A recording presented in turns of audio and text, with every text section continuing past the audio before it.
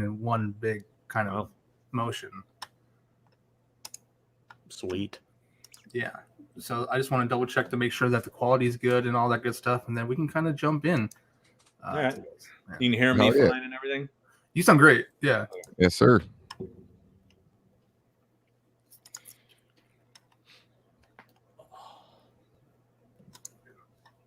Might get some echo in a minute.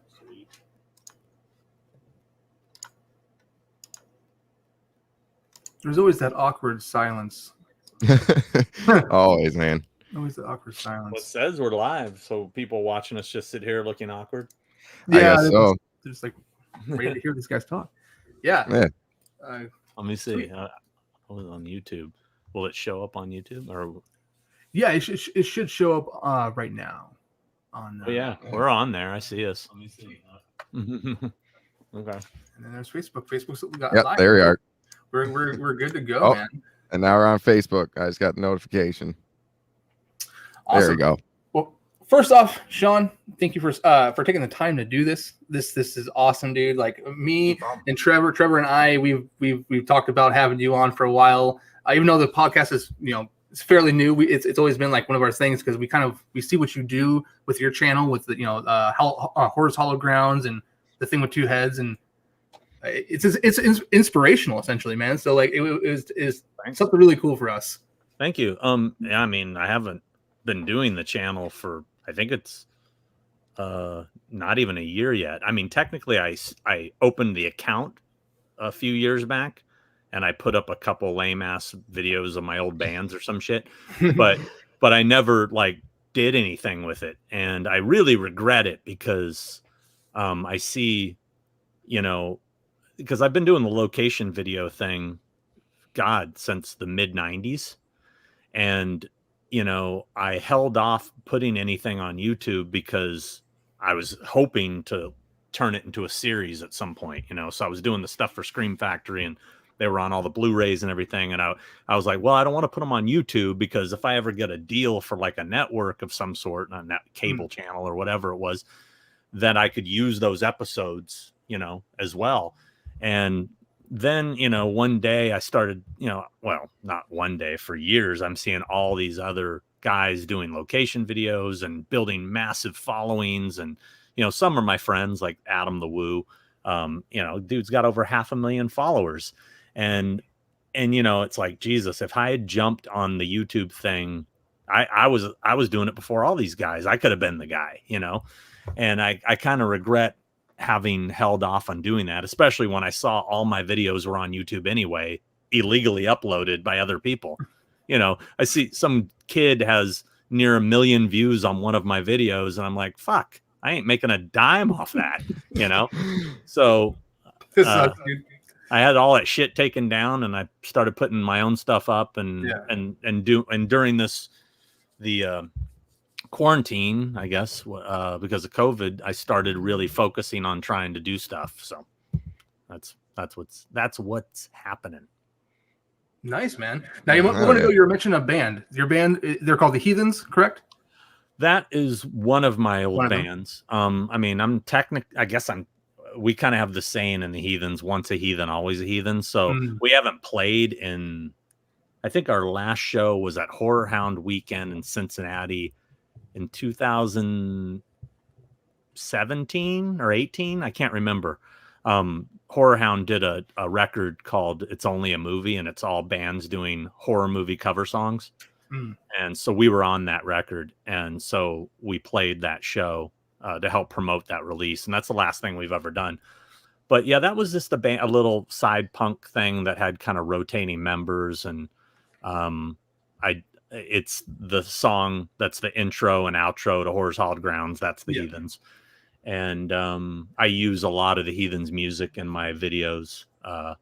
I'm waiting for my latest video. I did a Fast Times at Ridgemont High episode, and I used a lot of music because since it's sort of a rock movie, heavily, music is heavy in that film.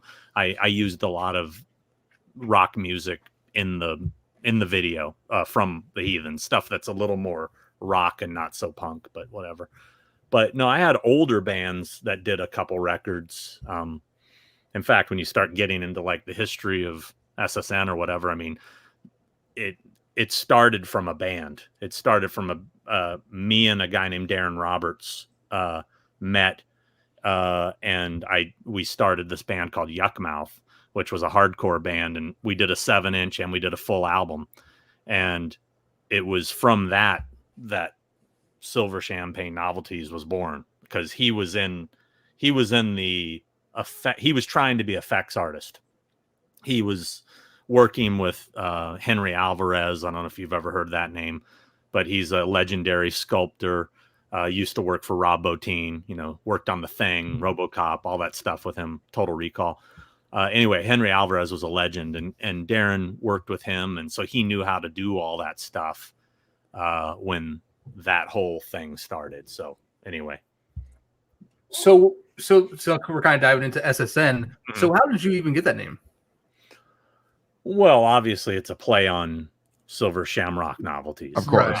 Yeah. And I don't even know why I thought of it. I was just, because it originally wasn't SSN.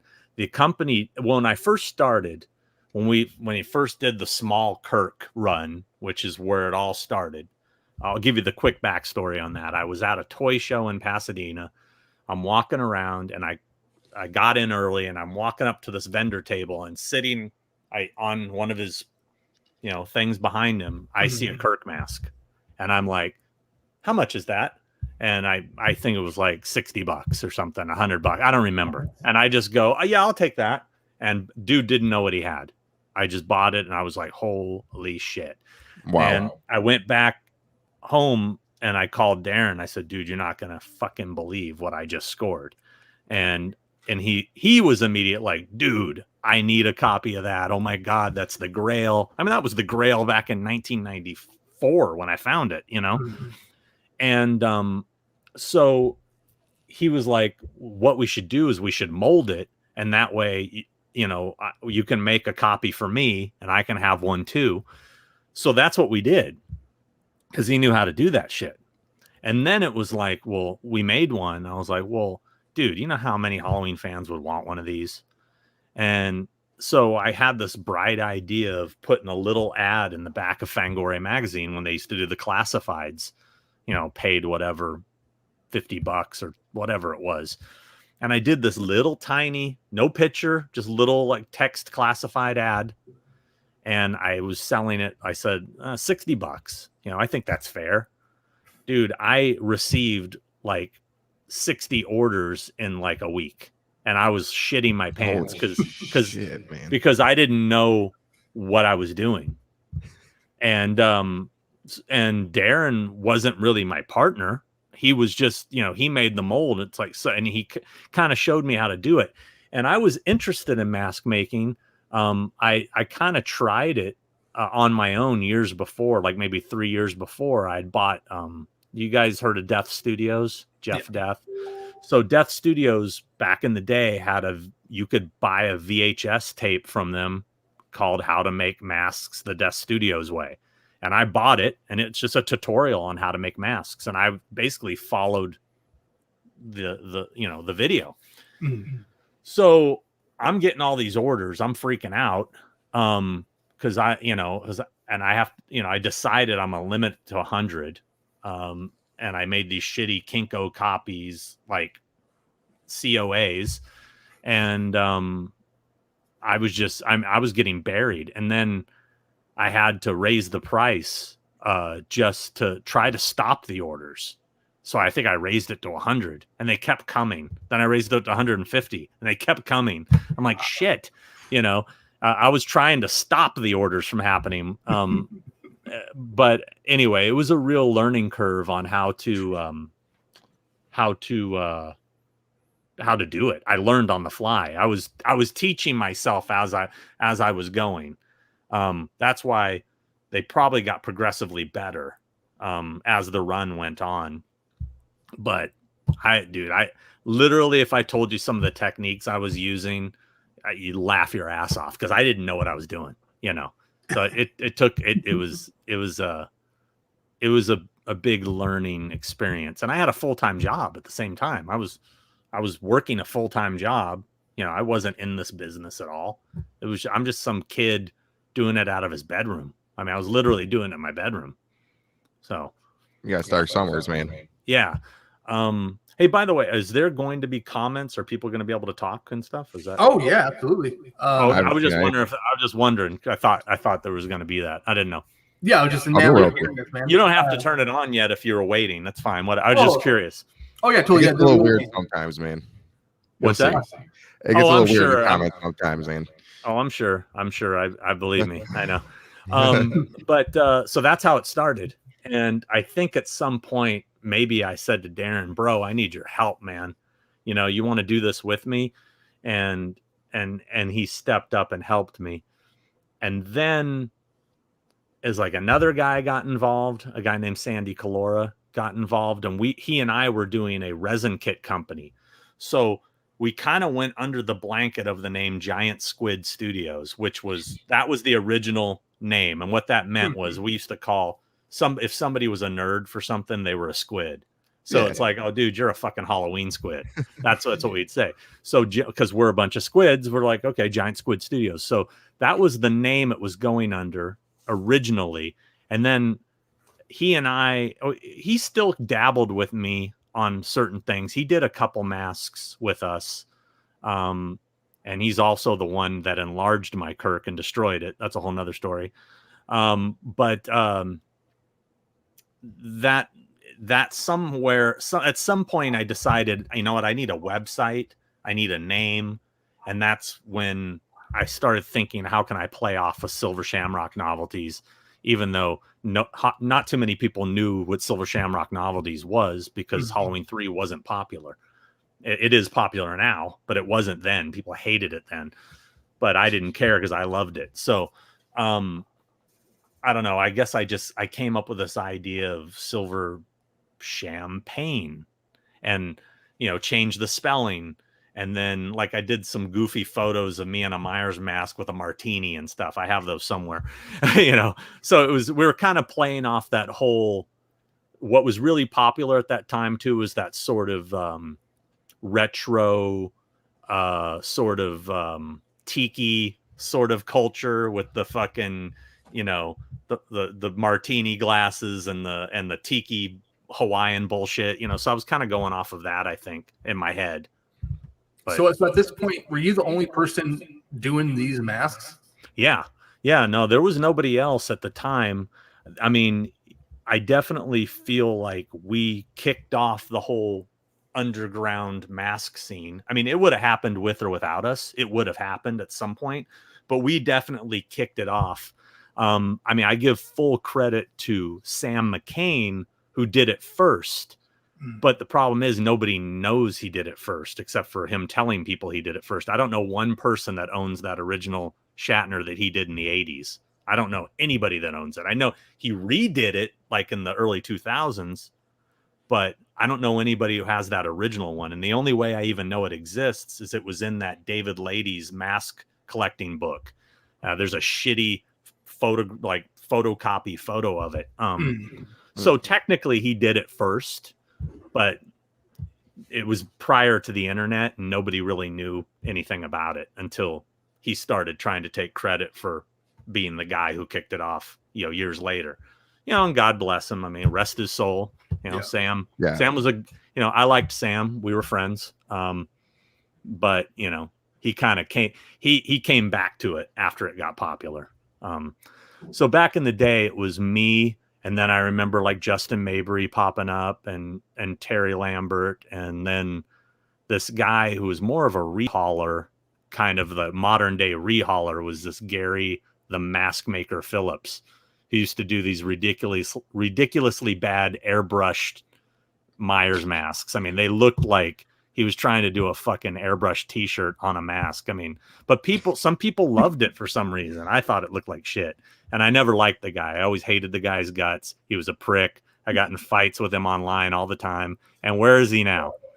Nobody knows, because he was a, you know, the cream rises, my friend, and you sank. Anyway. That does. I know, I'm a dick. I'm an sound like asshole with an opinion. you know. Yeah, no, you're good, man. So at this time, so you're getting orders and orders and orders, and you're raising prices up. Was Sam McCain's prices on his mask, were they pretty high up as well? Back, you know, when he was doing them later, yeah. I mean, he was doing, I mean, everybody's prices were crazy. I guess I'm slightly responsible for that. I mean, I might be. I mean, you know, but at the time, I mean, you think about it now, dude. $150 for a mask, that's a great price. You know what I mean?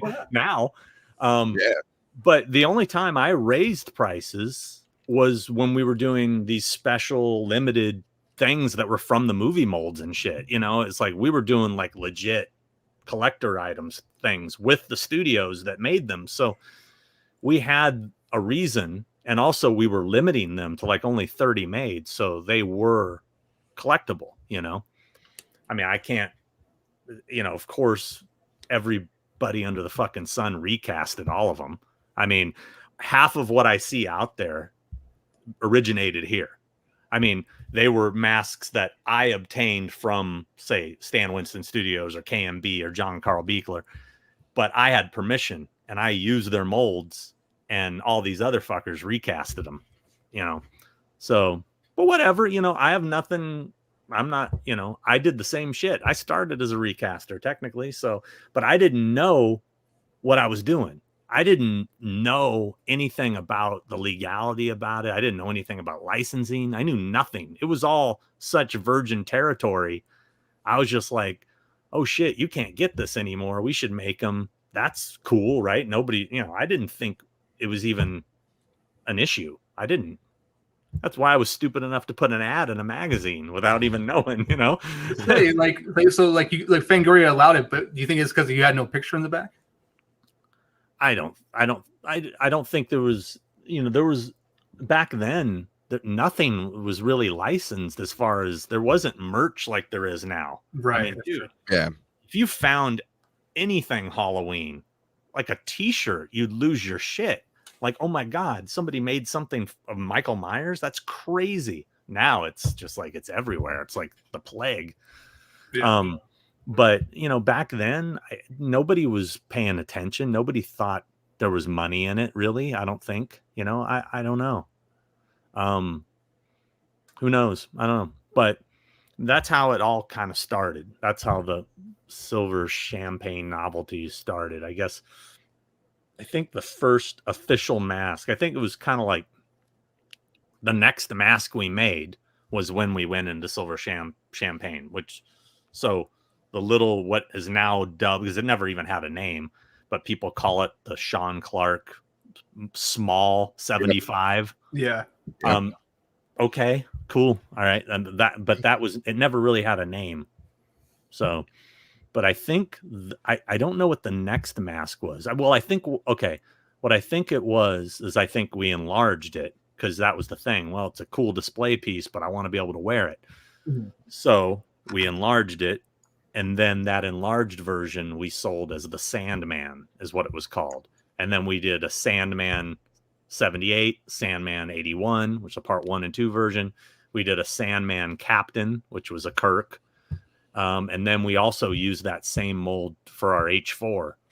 We just added a neck extension and, you know, made it look H4 style. And because it was, you know, technically the same mask, just done terribly, you know.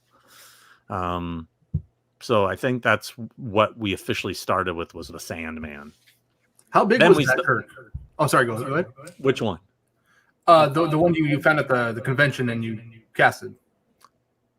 It must have been a little small, because when we recasted it got much smaller. Right. I don't really, you know, that's the thing, is I don't have it anymore.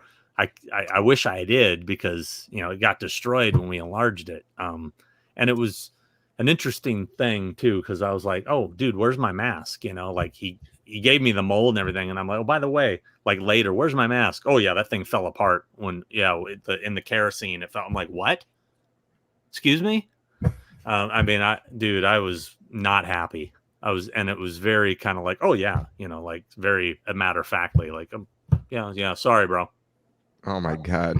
Yeah, I wasn't there. I wasn't there when it happened, and it's something that ate at me for decades. But now I have an original Kirk, so I can at least, put my mind at ease that I own one. But so are you open to showing that or no? Getting the Kirk? Yeah, and just how it looks in its current state. Yeah, I mean, have you seen the video? I did a whole video on it. I probably have not. Have not? Oh, probably not. Okay. Well, I'll grab it. Okay, give me a second. But I will watch that video now, though. What? I will watch that video, though. Okay, hold on. So we have a lot of comments here.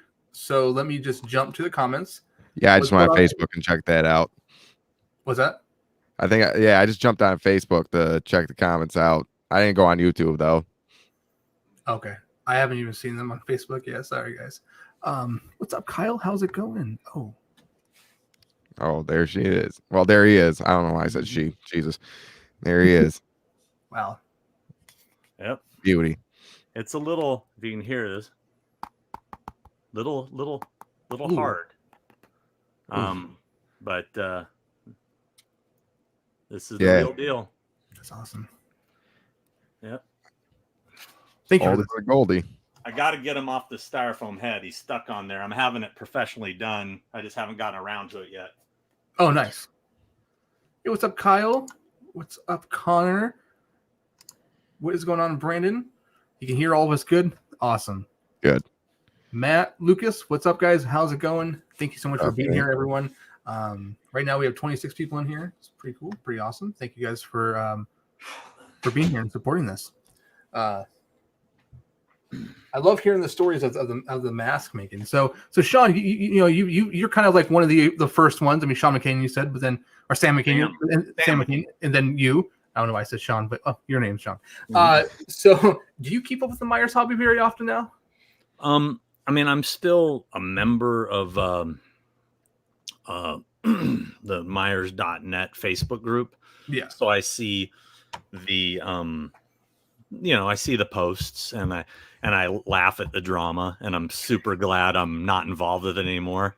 I mean, because dude, it hasn't changed. I mean, it was that way when I was in the game. There was obviously Myers.net message board. There was a message board that we used to. Did I run this? I don't know if it was my website. Maybe it was. I don't remember, to be honest with you. It was called the Great Mask Debate. It was a message board that was basically people just shitting all over each other, and it's such a toxic hobby. It really is. I don't know why it attracts such pricks, but it really does. I mean, hey, there's a lot of great people that are in the hobby, but for some reason, there's so many pricks in this hobby, opinionated douchebags, that it just makes it toxic. And I sit back and I watch this. Fucking awful. It really is. Yeah, and it's like, bro, you guys are all arguing over the fucking same mask, basically. It's like, I mean, I don't know. It makes me laugh. I just sit back and fucking laugh my ass off and go, I'm so glad I'm not in this anymore. I mean, I don't miss it at all. I miss nothing about it. I mean, I like talking about it. I'm proud of what we did back in the day, but but I do not miss it at all. And the last mask I sent out, I before we, when I knew I was coming on here and we'd probably talk about masks, I looked to see when I shipped my last order, and it was January of 2013. So that's how long it's been. Yeah. Wow. Yeah. Wow. So you're not far removed, really, in regards to like keeping up with what's going on in today's kind of climate with the crazy bullshit nonsense that goes on in there. I mean, like I said, I read it sometimes, and I'm familiar with only a handful of these guys. I don't know a whole lot about any of them. I see that Nick Magus, was it Nick something? Mopagana? Yeah, I didn't know how to pronounce that shit. That I see his stuff a lot, and he seems like a good dude from everything I've seen. He really is. Yeah, he seems like a good guy. Then there's the Nicholas guy or whatever that, he seems like he's very talented, but everybody seems to think he's a dick. I don't know anything about him. I mean, I just see everybody, basically saying that he's an egomaniac or something. But you know what? His shit's good. I'll give him credit. His shit's good. I don't know if he actually sculpted any of it. I don't know if it's all recast. I don't know anything. I just know that his stuff looks good. Yeah. But to me, my favorite dude in the game was always Justin Mabry. And I've always had a lot of respect for Justin, and we're good friends to this day. We're good friends. And I mean, the only that's not true, because there's fans that have sent me masks, but the only mask I actually sought out on my own and own is one of Justin's. Like just for my own collection. I've got one of his, I think it's called the Thrasher. I think is what the mask is called. Did you guys see that video, Halloween is Canceled? Where Myers is walking through the neighborhood and it's all the, that Halloween's been canceled, and it went viral. I think so. Yeah. I mean, it's and Tiffany Shepis is in it at the end. She's like, plays the Karen who's yelling at Myers, and he's, where's your, the whole mask thing. Yeah. Anyway, that mask in that's mine. That's the one that's the mask that I own. I lent the guy who made that is my editor on the Horse Hall Ground series. Oh, no shit. Yeah. So that's my mask that Justin made. So I lent it to them. Yeah. Very nice, man. Very cool. Yeah. So yeah, you kind of see what's going on in the hobby once in a while. It gets pretty crazy, but yeah, man. I don't get it. So do you ever did you ever hold on to any of your molds from the time you're doing SSN? Well, I had everything, and I started selling it all about a year ago. I started selling all, maybe a little over a year ago. I was just going through the garage and like, Jesus Christ, I need space. And I had 3 shelves full of molds. And I was just like, should I throw these away or should I just fucking sell them? And I just, what? Let's see what I could get for them. And, I probably undersold them, but hey, man, if somebody wants to pay me $1,000 for a piece of plaster that I'm about to throw in the garbage, why not? Because I really don't care anymore what they do with them. If you want to, all that shit's been recasted anyway. So who cares if you're getting the original mold? It's not like it's when we did the KMB run of H2Os or Part 5s, we used the movie molds. We only did, 30 of each. Everything after that was a recast, and we were very open and honest about that, that's why you got a certificate saying it came from the movie mold. So all these were recasts of masks from the mold. So anyway, so the only mold I think I have 1 or 2 molds left, and neither of them are Myers. I don't think. I don't think I have any Myers left. I think they're all.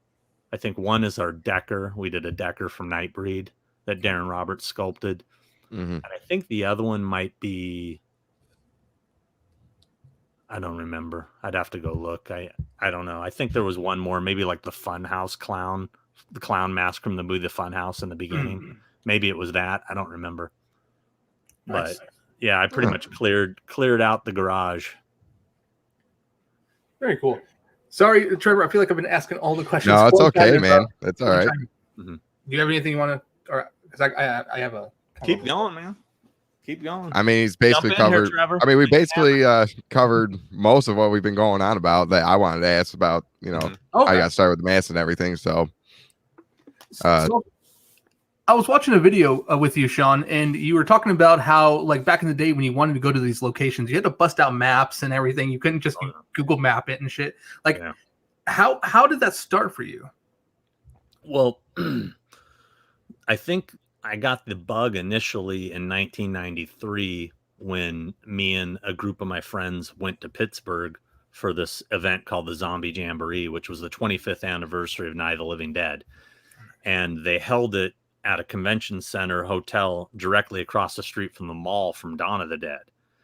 And we were all bigger Dawn of the Dead fans than we were Night of the Living Dead fans. So we were just super stoked. And when we went into that mall in 1993, it looked fucking exactly like it did in the movie. I mean, it's I'm changed jealous. drastically now.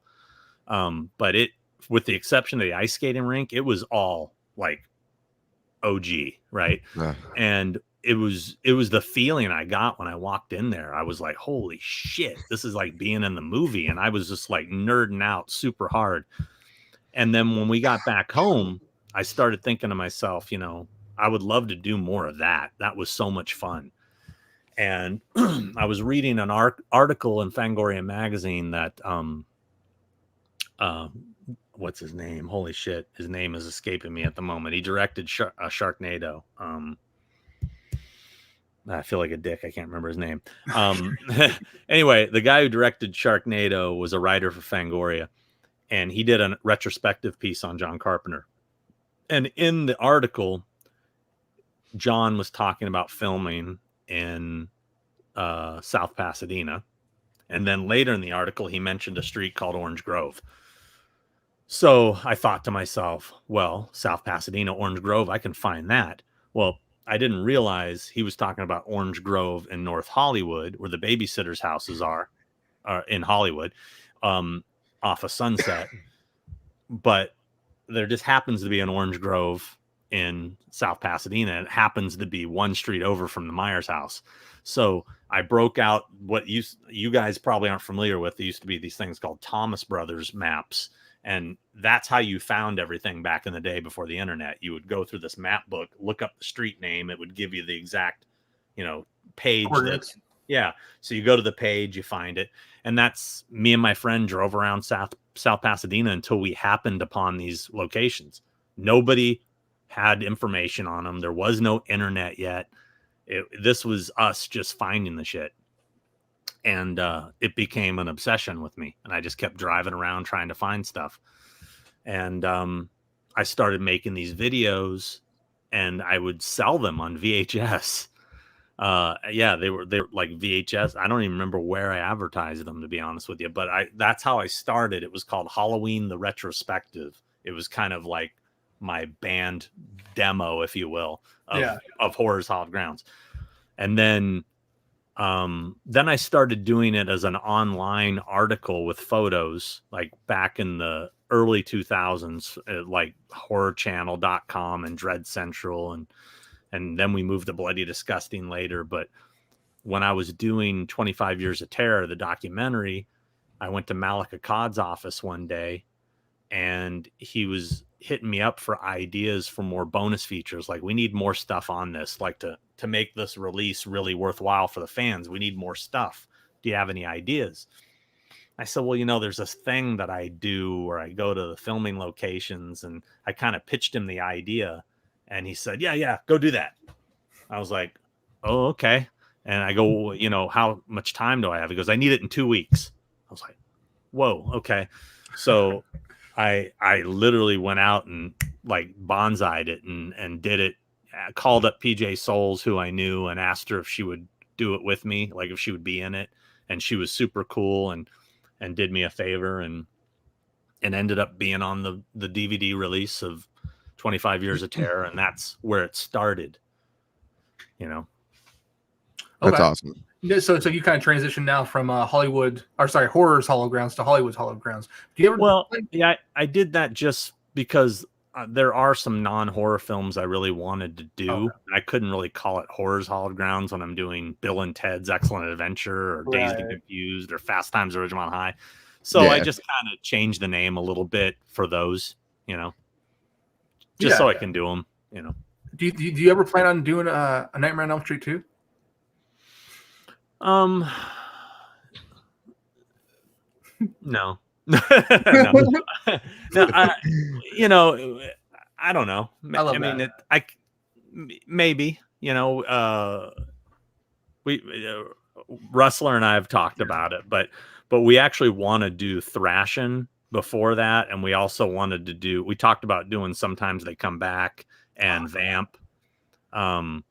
So I would rather do those. One thing is, since there's so many people doing the location videos now, it's getting harder and harder to do stuff people haven't already done. Right. And quite Yeah. frankly, the Elm Street stuff has been done. It's all been done. You know, people go like, dude, why haven't you done Jaws? It's like, bro, everybody's been to Martha's Vineyard. It's no big, I mean, if I go, sure, I'll probably bang one out, but I'm interested in trying to do stuff that hasn't been done, or in my opinion, hasn't been done well enough. You know what I mean? Like, yeah, because Fast Times has been done. It's been done fairly good by a few different people, but I try to be as thorough as possible. And I'm one of these guys that I'm a total completist. I want to get every location, and I hate releasing something, you know, like say if I just can't find something. And it's happened to me. Like I released Night of the Creeps, and then after it came out, I found the alleyway, which I was looking for forever. And it's like, God damn it. Now I had to do this little mini makeup episode, kind of like what I just did recently with the Bill and Ted's house. Finally found it, you know, even though everybody was telling me I was wrong. Now I found it. There you go. There you go, man. But do you ever plan on doing like a Rob Zombie's Halloween 2 or like Halloween 2018 or anything? I'm doing Rob Zombie's Halloween. I don't know if you saw where me and Adam the Woo went. It's his episode. What happened was he called me up one day and he goes, "Hey man, I want to see if you want to come do an episode with me. I'm doing Rob Zombie's Halloween." And I was like, "I'm working on Rob Zombie's Halloween." He's like, "Oh shit." And I said, "How about this?" I go, "I haven't started filming it yet. So why don't we go together? I'll be in your episode. And while we're out together, I'll shoot my episode." And, you know, way he does things, he films it and that night edits it and puts it out the next day. See, he doesn't use film clips and all that stuff, which takes a long time matching up shots. And I mean, dude, I spent crazy amount of time editing. So his episode has been out for months. I'm still working on mine because I'm super thorough. And not that he's not, I mean, he's very thorough when it comes to finding the locations and getting it right. He's very thorough, but he's more one of these YouTubers that likes to put out content every day. I mean, he lives off of YouTube, you know, that's his profession. Yeah. So I'm really a stickler for detail and I even found, you know, because he found it. I was shocked, man. I was shocked that he found some shit that I thought nobody knew about, because I thought I knew some stuff nobody knew, and he knew. I was like, God damn it. So, but I did find one location he didn't find. So, but it's not worth doing a whole episode for, you know. But I just wanted to do it because I had access to it, and I had some cool stories to go along with it because I was on set a bunch of the nights. So I had stories about watching them film, and I took a few pictures on set and stuff. I'm going to add those in as well. So I try to give my stuff a different perspective and make it more interesting than instead of just going, "That's the house that Lori lived in. Now we're going to go to the bush. Here's the bush over," you know, that kind of people that do that shit drive me crazy. I mean, I'm very opinionated when it comes to some of these other location people. There's some I like. There's some I fucking hate with a passion. I mean, I don't know them. I just hate the way they do their videos. Presentation. Yeah. Yeah. Absolutely. But Adam, I love watching Adam's videos because he's fun and you can tell he has passion, you know? Yeah. But there's some that clearly they're all about the clicks. They don't give a fuck. They're just trying to get the views so they can make money, you know? Yep. There's one dude in particular, I'm not going to say who it is, but there's one guy that'll put up a like the filming locations of, and it'll be whatever. Let's say Halloween. Let's just say it's Halloween. I don't know if he's done Halloween, probably has, but and then you'll go to his video and the first 15 minutes is him fucking around at his house getting ready. And then he goes to like one location and then he goes somewhere else afterwards. And then that's the video. And you've just spent 30 minutes watching him fuck around and go to one location. And it's like, how can you call that the locations of Halloween when you went to like one or two places and there's like 20 places? That's fucking boring. It's lazy clickbait bullshit that I hate. Anyway. What the fuck? Yeah, no, I agree with you 100%. I was watching just recently the Halloween 3 one, or rewatching it actually, and there's in that video there was a guy who was giving you shit while you're trying to show off the room where Ellie and Chalice was in. Yeah. How did that go? Pretty much the way you saw it. I mean, it was a weird thing. We walked up to the parking lot of what was, the Rose of Shannon Motel, and we got out of the car, and it was me, Tommy Lee Wallace, and my cameraman Buzz, and we just started talking. We started going, okay, yeah, oh, okay, so it was that apartment over here. We're just looking around, kind of figuring out what we're gonna do. And all of a sudden, this guy walks out of the apartment next door to the one Chalice and Ellie stay in. And this guy just walks out and starts cursing at us. Like, you motherfuckers, fuck you and your Hollywood bullshit. And all that. Because our guy was holding a camera, and we're looking around like, what? I mean, we hadn't even started filming. And this guy is just yelling obscenities. And for whatever reason, he was focused on me because he kept like talking to me. Like he's all, you with the fucking hair. Like, the other guys have hair, but I think he's talking about me. You're the one with the fucking hair. Yeah. And so anyway, I give total credit to Buzz for having the wherewithal and foresight to turn the camera on while this was happening. The whole confrontation you see, I had no idea it was being filmed. I didn't know that Buzz had turned it on. I started going back with this guy, and literally to the point where I'm like, fucking come over here, dude. Let's do this. Tough guy, and because he looked like he was fucking 150 pounds soaking wet. I'm just like, come over here, crack Bob. I mean, he's just like he looked like a total meth head. And so he goes back in his apartment, and then Tommy turns to me and goes, hey man, I don't think that was such a good idea. And that's how Tommy sounds. And I go, I'm like, why? And he goes, he could have a gun. And I go, oh shit, I didn't think of that. So the guy walks back out though with a baseball bat. Oh shit. And then at that point, the property owner pulled up because we had contacted him to get permission. And he pulled up, and this guy's walking out with a bat, and he fucking jumps out and chills him out and goes, get the fuck back in your apartment and, shut up, because they're apartments now. It's not a motel. And so he made the guy go back in. So there was no actual fight. But what he did do is stand on his porch. Anytime he could ruin a shot, he stood on his porch and just went like this, flipping us off the whole time. So if you look closely, there's one shot where we're standing across the street from the gas station, and it's a tight shot on Tommy's head. If you look over his shoulder closely, you can see him blurred out, slightly out of focus in the background, flipping us off. Really? So it's in there. It's in there. I'm going back and watching that. And we sadly had to blur his face because, dude, he looked exactly like Killer Bob from Twin Peaks. I mean, oh my God. When he stepped out and started yelling at us, me and Buzz turned, looked at each other, and in stereo said, Killer Bob, like that. I mean, and we were like, holy shit. Yeah. But he was just some skinny dude with long hair that looked like Killer Bob. But so a lot of people asked me if that was real or if that was staged. It was 100% real. Well, you heard it here. Yeah. And that's what you get when you go to Lolita, California. And it's, people that don't speak English and crackheads. So never going there. It's fun. Noted. Well noted. Yeah, let me jot that down real quick. It's not. It's a. You definitely want to visit. I don't think there's any real motels there. You'd have to stay in a few towns over, but it's definitely worth checking out if you're a fan of the film. It's a trip. It's like walking.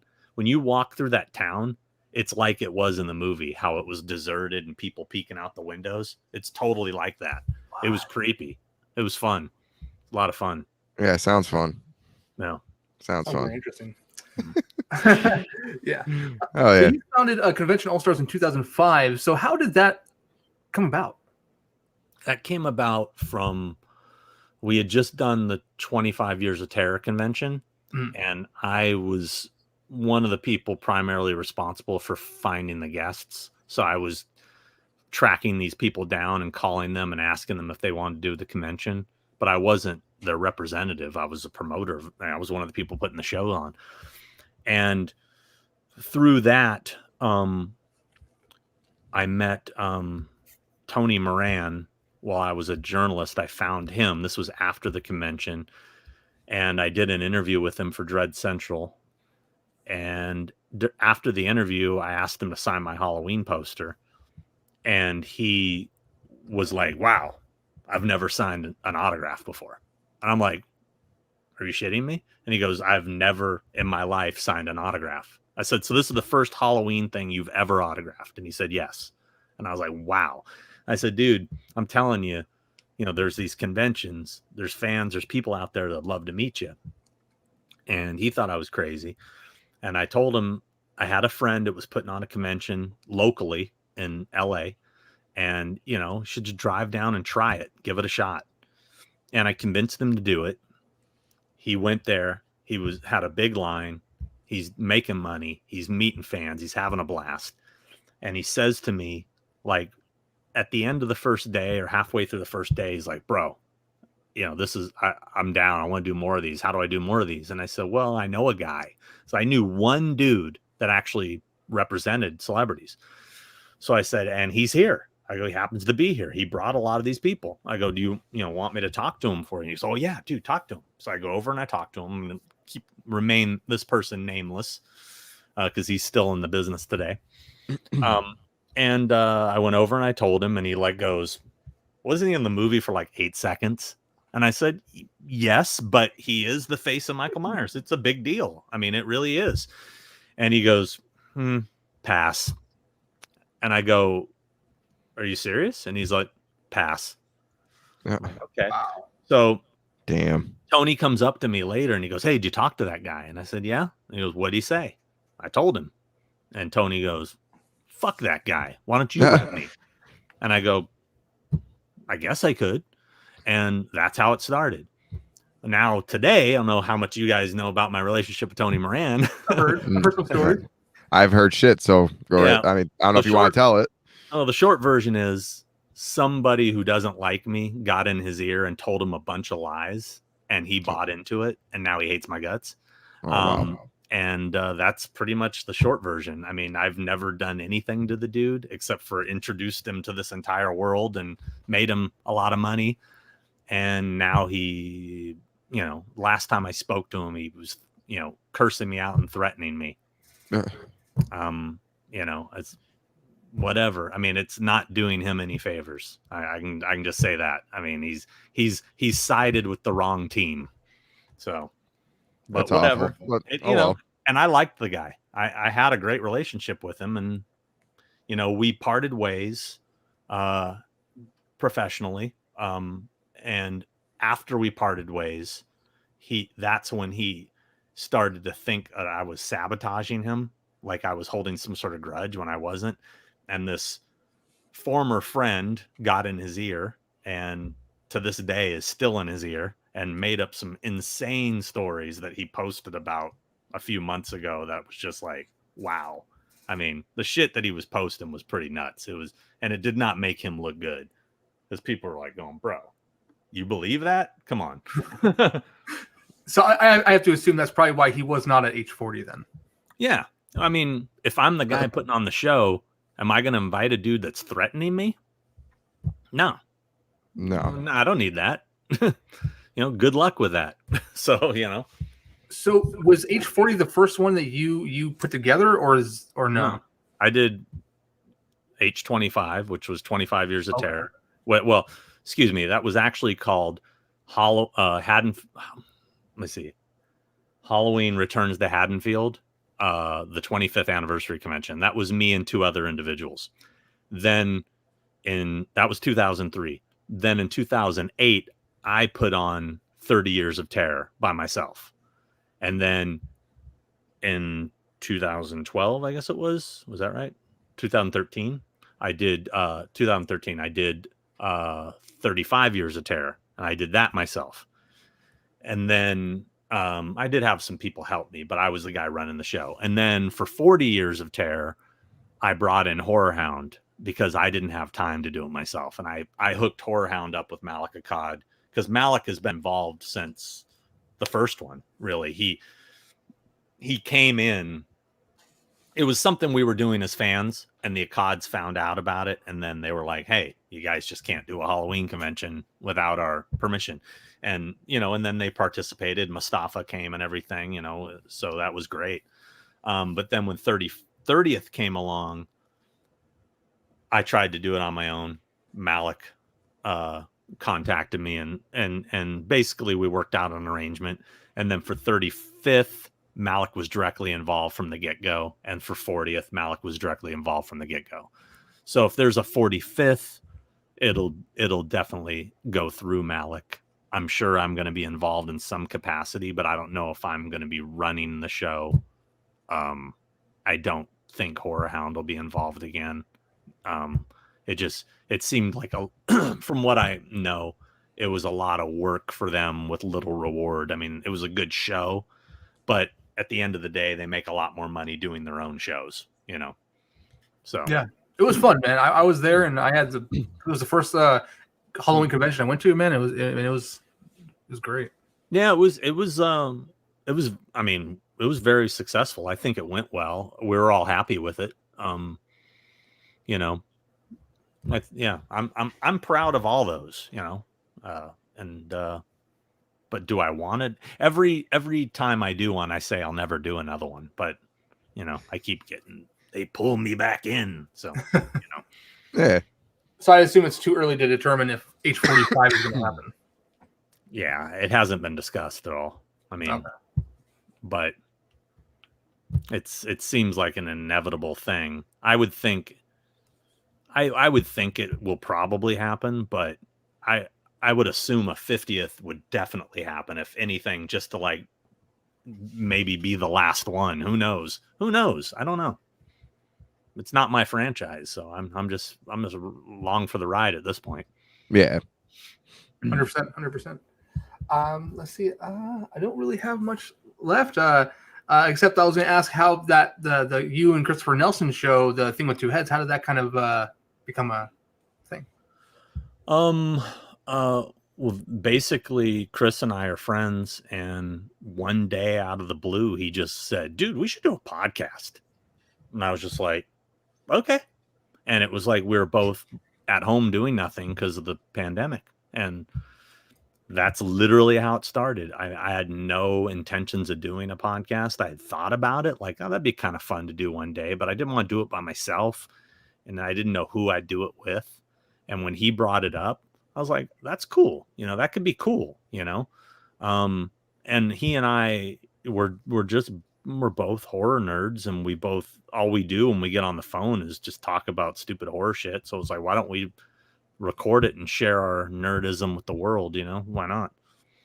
Yeah. So and that's how it started with this show. Yeah.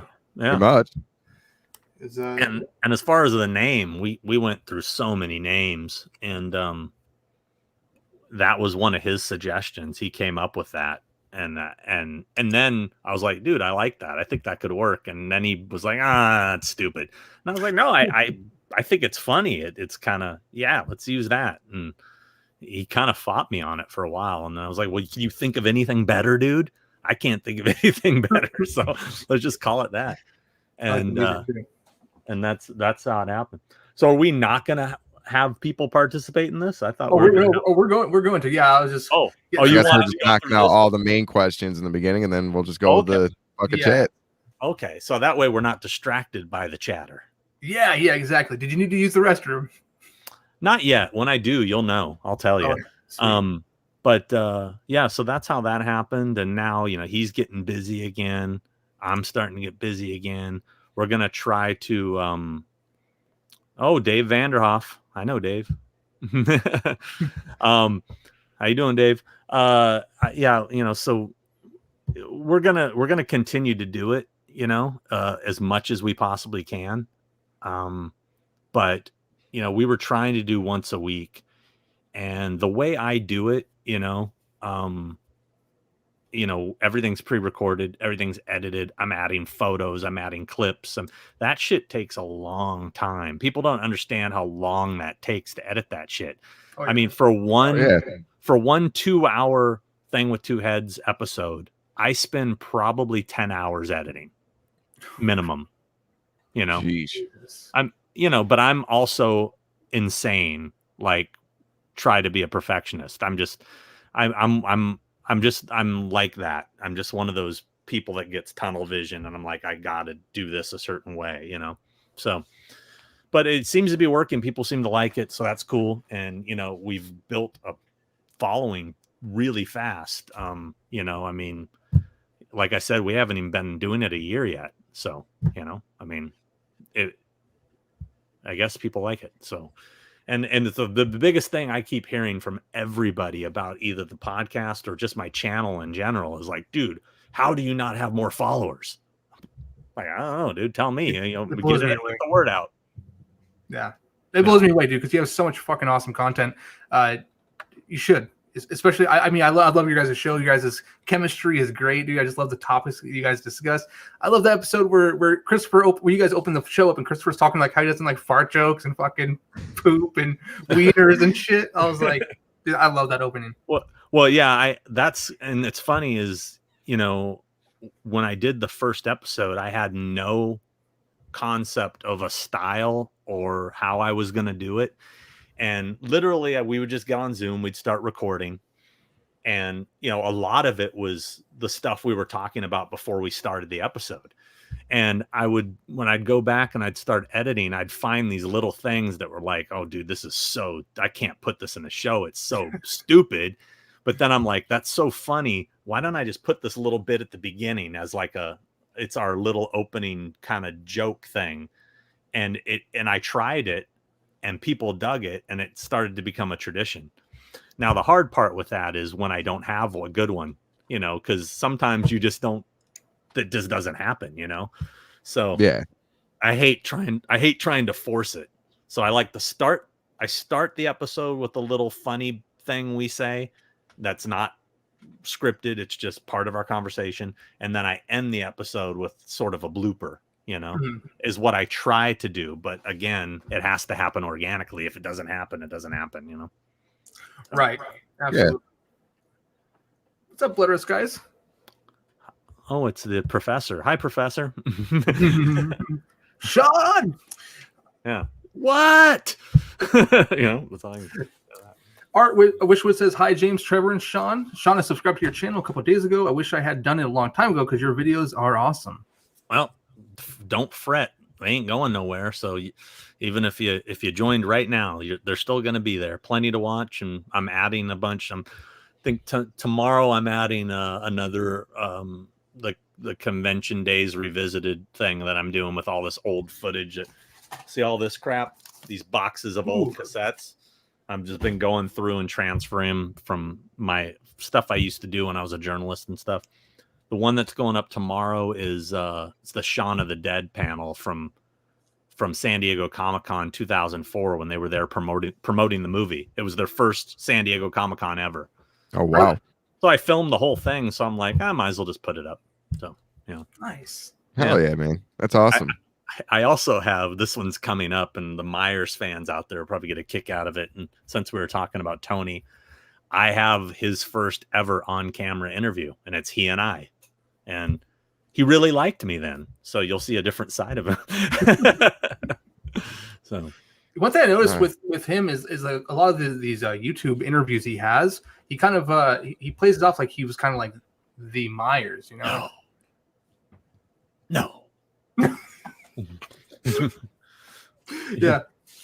Well, one thing that's interesting about having interviewed him from being the first guy that ever interviewed him about Halloween to watching his interviews now is how he's embellished those stories, and he's taken stuff he's heard secondhand and added them into his own stories. It's quite humorous, actually. but whatever, you know. The thing with him, and I've said it over and over again, dude, you're the face of Michael Myers. It's a very significant thing. It is. Embrace it. Don't embellish upon it. Just embrace it. Own it. Own what you did. It's cool. You're forever going to be the face of Michael. You don't need to push that story any further. It is what it is. Yeah. You know? And I just don't understand the what does that, Sean? Hey, Sean, are you keeping your Kirk away from all the Myers mask sculptor? Well, I don't know. Nobody's going to get their hands on it. That's for sure. But yeah, I guess they all want it for reference. Yeah. That's probably what it means. Yeah. Hey, Gabriel, how's it going, man? You know, the thing with that is, it's like, you know, I mean, how much more fucking reference do you need? I mean, Jesus Christ. I mean, true. Yeah, there's so many photos out there of it. I mean, I don't think.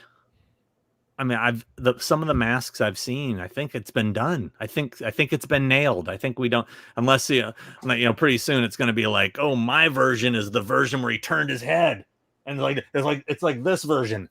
It's the Nick head turn stretch. You know, I mean, it's like, what? Really? Are we reaching that hard? I think that's a thing.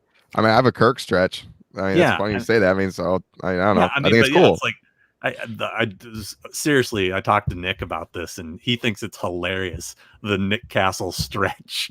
He thinks that's the most hilarious, ridiculous thing he's ever heard. You know, it's like, okay, I mean, all right, whatever turns you on. Hey, Toxic Quentin, what's up? But yeah, it's I mean, it's funny, but hey, whatever, man. Whatever makes you happy. It's like people that are religious. You know, I'm not religious, but if that makes you happy to believe there's a God and a heaven, sweet, good on you, man. Go for it. Go to church. I agree. Do whatever makes you happy, as long as it doesn't affect me. That's the way I look at it. Agree, man. 100%. Kyle, what's up? So are you select like messages? Is that you're not letting the little thing flow because there's a lot of shit talking? Is that why? Oh no, so some of these don't really have questions. Well, I mean, that's not really a question either, but yeah. So I mean, I can go through one at a time. Like, here's an example. Fango. Fango back in the day. Fango. I used to collect the magazines myself when I was in like 3rd grade. I used to go to the grocery store all the time. I'd see them. I'd be like, oh, this is fucking awesome. Read through them to piss my mom off. I collected them from issue 4. From issue 4. What's his yote mean? Is that an inside joke? I have no idea. Okay. Beats me. But yeah, I collected them from issue 4. And then like in the 2000s, I started getting out of it, and just the magazine started to become a bit of a fluff piece, and the internet, obviously, you know, you're getting all your news from the internet. I just stopped buying it, and then I did. I had like the first 200, and then I sold. I think I sold everything up to issue 100. I have some random ones here and there because I had gotten some covers signed over the years and stuff. But I have every issue from 1 to 100, like the original run, because that's like the classic era, in my opinion. Yeah. And as far as the new Fango, I no offense to it, because Phil Noble, the editor's one of my friends. I don't really read it. But it's nothing personal. It's just I don't really read magazines much anymore. Period. So, in fact, I probably wouldn't even get Horror Hound if it wasn't sent to me every couple months, because I'm a contributor. I just, you know, magazines, unfortunately, have kind of become a thing of the past, man. A little bit, unfortunately, you know. They're cool to look at now. It's, you know, it's nostalgic, but, you know, nowadays you have the internet where you can just read up on everything, you know. So it's like, why use a magazine when it's, you know, on your phone, computer? Well, I mean, let's face it. I mean, Horror Hound, I mean, here's the latest issue. I mean, it's more of a nostalgia piece anyway. I mean, this whole issue is, you know, going back and like retro stuff. You know, that's what That's what makes people keep buying it. It's the retro articles, you know. It's not to see what's going on in Scream 5, because that shit's going to be on the internet before that ever goes to press, you know. Right. So. Hey, Rand. Hello. Hi, Rand. Art. I'm assuming Art was referring to your Kirk that you. Thank you. Maybe means the goat guy. I don't know. That's cool mask too, though. That is pretty badass. Yeah. So, Justin, how's it going, man? Thank you so much for being here. So, Gabriel Justin says he's sending love from San Antonio, Texas. Appreciate it. Receiving it in Orange County, California. Nice. Santa Barbara County. Here. You're in Santa Barbara? Yeah. Well, that's far from me. I'm in New York. That's far. That's farther. Yeah. Yep. I lived in California back in 2017 for a few months. I lived in Long Beach. What part of New York are you in? About 20 minutes away from Syracuse. Oh, okay. I live about 20 minutes from Nick Malpagano and Jimmy Falco as well. No idea where they live, but okay. Yeah, well, in the Syracuse area, like they're located in Syracuse, pretty much. Right on. So it's pretty cool. I go over to Jimmy's every now and then. He has a bunch of my masks that he's working on, so it's pretty awesome. He seems like a nice guy. He's really cool. He knows what he's doing. It's amazing. I don't know if you've seen his new Kirk that he just released that he did. Not sure. Oh, it's beautiful. I'll look into it. What's the name of it? I love the names. What's the name of it? It's called The Original. That's original. Yeah. Yep. That's literally original. The original, the original 75 76 he calls it. Well, not the 75 76, he just calls it the original. Yeah. Some of the names crack me up because it's like they go like just it's all been done. It's like, what can we reference? What weird obscure reference can we think of? I got lucky since I was the first one who did a lot of those. I could just call it the curse or the revenge, then that's easy. So the Sean Clark small 75. Yeah, that was my first pick. Yeah. I try to explain to my girlfriend. She tries to understand the hobby, and there's like just too many fucking names. She's like, there's just too many to keep up. I'm like, yeah, I know. Ultimate Special Edition Supremes and shit. Like, special editions and all this other shit. It's crazy. Too much to keep up with. I don't even have. I'm trying to think of what I even have still from when we made masks. I mean, I have a couple. I have a Sandman Captain. I still have one of those that somebody was going to buy from me, and he's kind of been flaking, so I still have it. And I have the Decker mask. I have a Funhouse Clown mask. I have the Terror Train mask that we used to do. I have obviously my version of the K&B movie mold H2O. I have that. And then we did a Slee Stack mask from Land of the Lost from the TV show one. But as far as Myers and shit, I think all I have is that H2O K&B and the Sandman Captain. I think I don't have anything left. I might have a pull here or there of something that I keep finding them like hidden, like inside other masks. I used to use them to like stuff masks. Like I would just put like a thick blank inside of a mask. So I'll pull a mask out of a box. I'll go, oh, here's an old Wolfman. What's this? And I'll pull it up. Oh shit, it's a H2O, or something, Oh shit. So okay. It happens once in a while. But, what's up, Brandon? Good evening. Brandon. This is awesome, man. Sean's awesome. Thanks for being here. Okay. Everyone's loving this right now. You're cool, man. Yeah, I'm not much. Love the Kirk mask. I love to own an original. Yeah, it's when that one came up for sale, whatever it was, was it mid last year? I guess. Yeah, I remember when you first got that when you first released the video. Yeah, I contact. What was funny is I didn't really even know about it. I can't remember his name. I want to give him credit. I say his name in the video. A fan messaged me and said, "Hey, there's a guy selling a Kirk, and I thought of you." And I was like, "Oh, okay." Put me in touch with the guy, and I contacted him, and I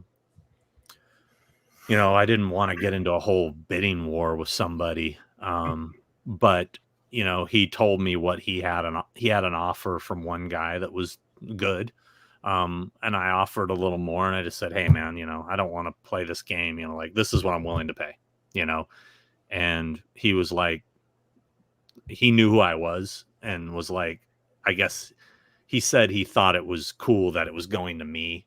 And I'm like, well, that's awesome. So yeah, anyway, so made the deal. He flew in from friggin' Nashville, hand delivered it to me. It was, because I didn't want it. I didn't want it shipped. I didn't want to take the chance. Hell no. Fuck Hi, no. Pamela Lucas. No. Yeah. So yeah, it looks like it's in still good shape too. The hair looks nice and everything. Dude, yeah. it's with the exception of it being stiff, it's hardened. It's in one piece, man. There's not a crack. There's not a single crack. Wow. That's the crazy part. So I've been talking to my friend Casey Wong. I don't know if anybody knows him. He's a sculptor and he does a lot of restoration stuff with Tom Spina. And he's gonna help me get the styrofoam head out of there, and he thinks he can actually get some of the shape back. You know how one side looks like it's kind of sunken in a little bit? Yeah. Kind of got the castle stretch there a little bit. Mm-hmm. Which I don't mind.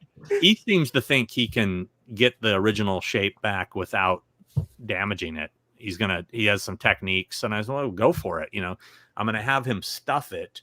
I don't want it foam filled. I want it stuffed, so it's still technically a mask, because once you foam fill something, it's not a mask anymore. It's a prop head, Right. So he's going to stuff it properly for display and put it on a nice bust or whatever, and, for display. And so that's what we're talking about right now. Nice. Matt Lucas loves your Ben Tramer mask. Thanks, man. It was a kind of a concept. It's a Myers. It's from a mold called the Silent Stalker 78. I got a blank of it. I painted it up and then kind of made it like a hybrid Myers Tramer thing, kind of a concept, and came out pretty badass. I'm not gonna lie. Whoever named that mask clearly didn't hear Myers breathing heavy. Just saying, it's not silent. Just saying. Yeah. I got to be an asshole about the names. Come on. Chris Morgan makes that. What's that? Chris Morgan makes that mask. The Silent Stalker. Yeah. Yep. Yeah, I did see your guys' episode with him. Well, I didn't see him because he wasn't technically on there. Right. This is a voice. Yeah. But he sounds like you. This is way before your time. I don't know. He probably wouldn't even know. There used to be a DJ in LA who went by the name Dr. Demento. He sounds like fucking Dr. Demento. I was listening to the interview going, what does this guy sound like? It was driving me crazy. And I was like, oh shit, he sounds like Dr. Demento, which is kind of funny. Except Dr. Demento was a little quirkier than him. He had a little more like this to his voice, but he sounds a lot like that dude. I was just like, holy shit. But wow, that's not a knock. It's just an observation. Yeah, Chris is cool, man. He's an awesome dude. Awesome. A little piece of SSN will always live on with the OGS. Oh, the one good scare. Yeah. That funny story about that one good scare mask. Who owns that mold now? Dallas. What? Oh, he owns it. Okay. Yeah. I don't know if I sold it to him or if I think it's changed hands. I don't know. But the story with that was Darren sculpted that. We made a prototype part 1, part 2 version. We had them on display at, I don't know if it was 25 or 30 years of terror. I don't remember which show. It was one of the first Halloween conventions. We displayed it. And neither of us were just really happy with it. There was just something off about it. As a Kirk, because I have a blank Kirk version, like just a master pull of that. it looks amazing. But then once it's converted, something just seems to me off. And to Darren, it looks good, but it's not there, you know. And so we never released it. And when I was selling my molds, I had the mold sitting there, and I was just like, anybody want this unproduced SSN mask? And somebody was into it, you know. And like I said, it's not a bad mask. It's cool. I've seen much worse. But but Darren and myself were both these crazy perfectionists, and that's why I think we never ever released a original sculpt of any Myers mask, because we were never satisfied. I mean, I've got pictures of so many sculpts that he started or finished that we just never did anything with. It was interesting when Chris Morgan was telling his stories about how he was going to do masks for certain movies and this and that. I had similar stories, and we were going to make the mask for what ended up being Rob Zombie's first film. And when Rob got involved, he immediately brought in Wayne Toth, and we got bumped. But we had 3 different prototype versions that Darren had sculpted that never got molded. We never did anything with them. And, it didn't happen. No big deal. Another thing that was kind of interesting, he told the story about that he was going to make the mask for Marcus Dunstan's version, which ended up getting dropped, and then they did the 2018 movie. Right. Well, I had nothing to do with the mask. I don't know any of that story he told. That was the first I ever heard of it. But when they were trying to put that together, I brought in, or I suggested, Doug Tate to play Myers. I don't know if you know who Doug Tate is. No. Doug Tate played Jason in Freddy vs. Jason at the end. He was the guy who walks out with his head. And shit. He's a creature actor. He's the Sasquatch in all the Jack Links commercials. It's a big guy. But yeah, and anyway, he's the perfect build, and he's a massive Halloween fan, and he wanted that gig so bad, and it was going to happen. He had the job. We went to Malik's office. We went to Trancas, and he screen test. They filmed it at the office. Marcus came, shot it like on his little handheld camera, and they filmed him, acting out scenes, and he got the gig. And then the Dimension thing happened, the Weinstein thing happened, and the whole thing went away. And he was so bummed. So, and then when it came time to do 2018, they were like, we want somebody age appropriate. He's too young. So they were really looking for somebody to be the age Myers is supposed to be 40 years later, late 60s. Yeah. Which James did great. Yeah. But then I did get Nick in the movie, which was cool. So I was responsible for that. So really? Yeah. I you know this story? I don't think so. No. Tell us. I'll tell you. So I get a phone call one day, and this guy goes, "Is Tom Morga there?" And I said, "No, this is Sean Clark. I'm his booking agent." Or no, I didn't say that. I didn't say my name. I said, "Oh no, Tom's not here." I said, "What's this in reference to?" And he said, "Oh, we're casting a new Halloween film, and we want to bring him in to test for playing the Michael Myers." And I'm like, this is like out of nowhere. I knew nothing about it at this point, I'm like, no shit. And I said, well, I'm his booking agent and blah, blah, blah. And I'm sure he would. Yeah. I go, I go, you do know how old Tom is, right? And he's like, well, he's like, what, like 68 or something? I said, yeah. And he goes, no, that's perfect. That's what we're looking for. I'm like, oh, okay. Cause he was still working, but it was like, man, do you know how old Tom Morgan is? Okay. So I start talking to the guy. Come to find out, it was Ron. Is it Ron Crawford? No, not Ron Crawford. Ron. Oh God, why is his name escaping me? He was the stunt coordinator on Rob Zombie's movies, and he was the stunt coordinator on the 2018 film. And I knew him because I had him at the Halloween conventions because of Rob's films. I go, hey, Ron. It's Raun is how he's supposed to. I said, it's Sean Clark. And he's like, oh, dude, hey. And we start talking. And he goes, oh, well, yeah, we're just trying to find somebody that would work. Do you have any suggestions? So I suggested Chris Durand. I said, Chris is a little younger. I go, but, he's got the right build and fans liked his portrayal. And so I suggested them. And we exchanged numbers. And I said, well, I'll call Tom and, I'll call Chris. And I hung up the phone with him. And I started sitting there thinking, I was like, if they're looking for somebody age appropriate, why don't they just ask Nick Castle? I mean, obviously they'll have to get a stunt guy, but they're trying to cast Nick Castle. So I called Nick and I said, hey, dude, I just got the weirdest phone call. And I told him what he was like. Oh, wow. And I said, crazy question. You wouldn't ever consider playing the part again, would you? And he's like, yeah, sure. And I'm just like, really? He goes, yeah, why not? And I said, okay. And he goes, yeah, throw it out there. See what happens.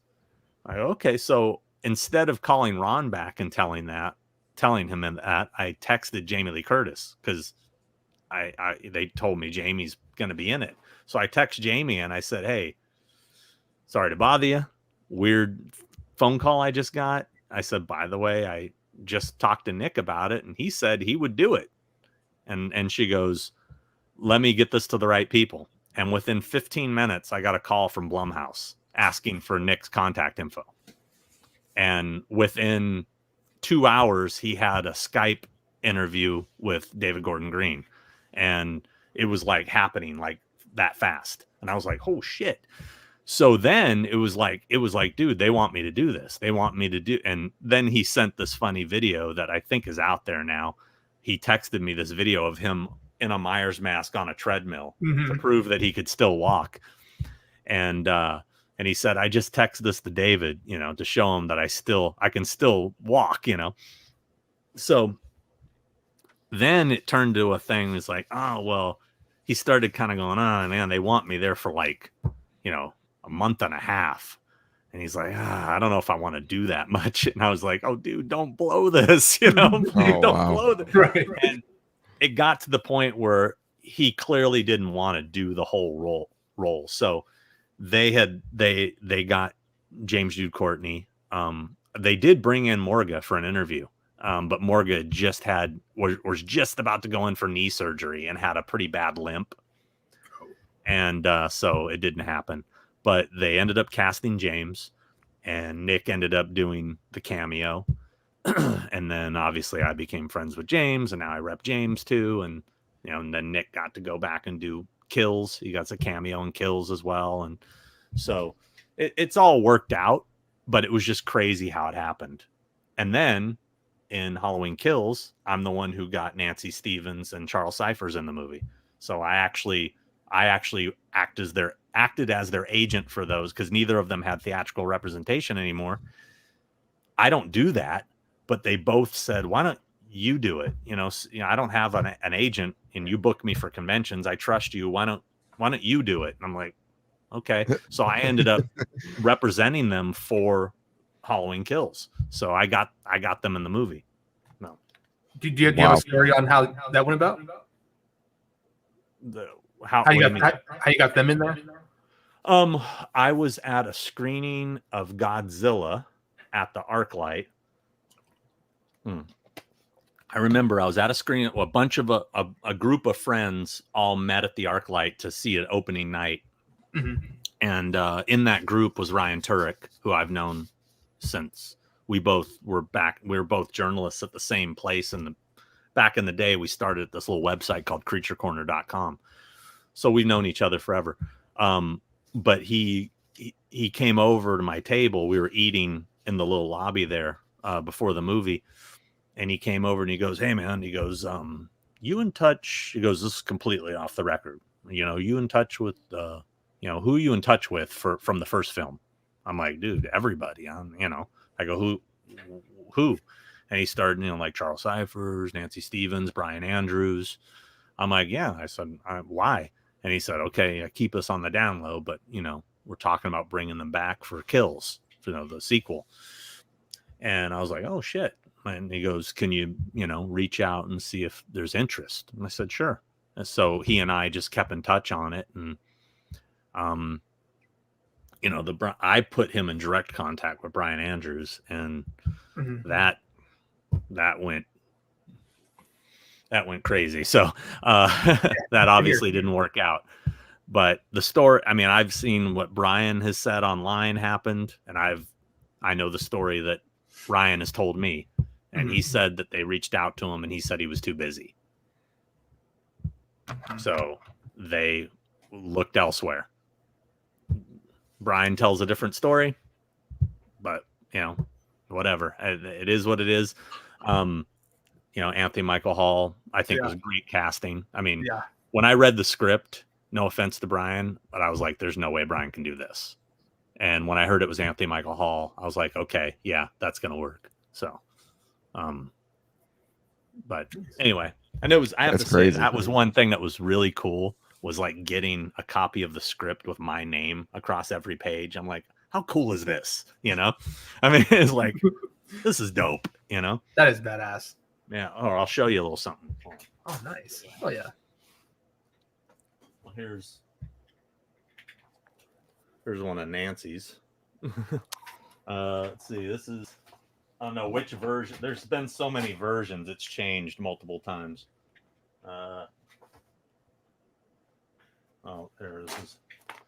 There's a Charles Cipher script.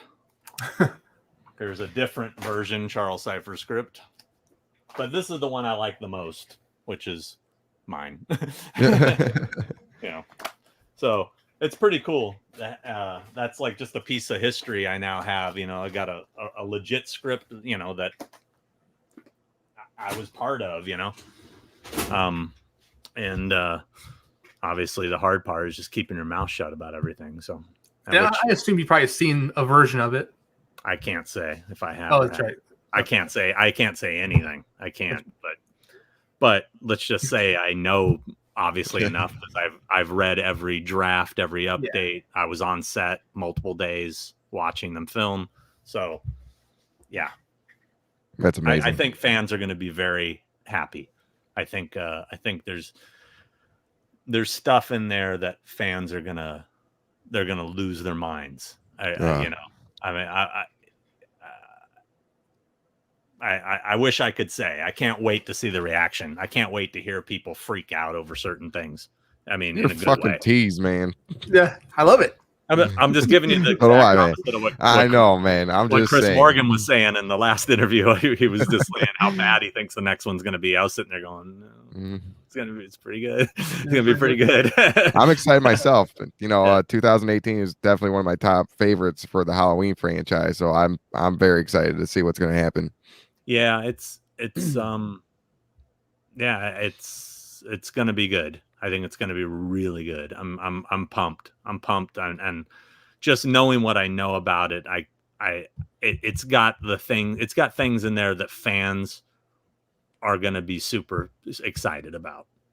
So that's all I can say. I unfortunately legally signed documents. I could get in trouble. I'll take your word for it, though. I take your word for it. I appreciate it.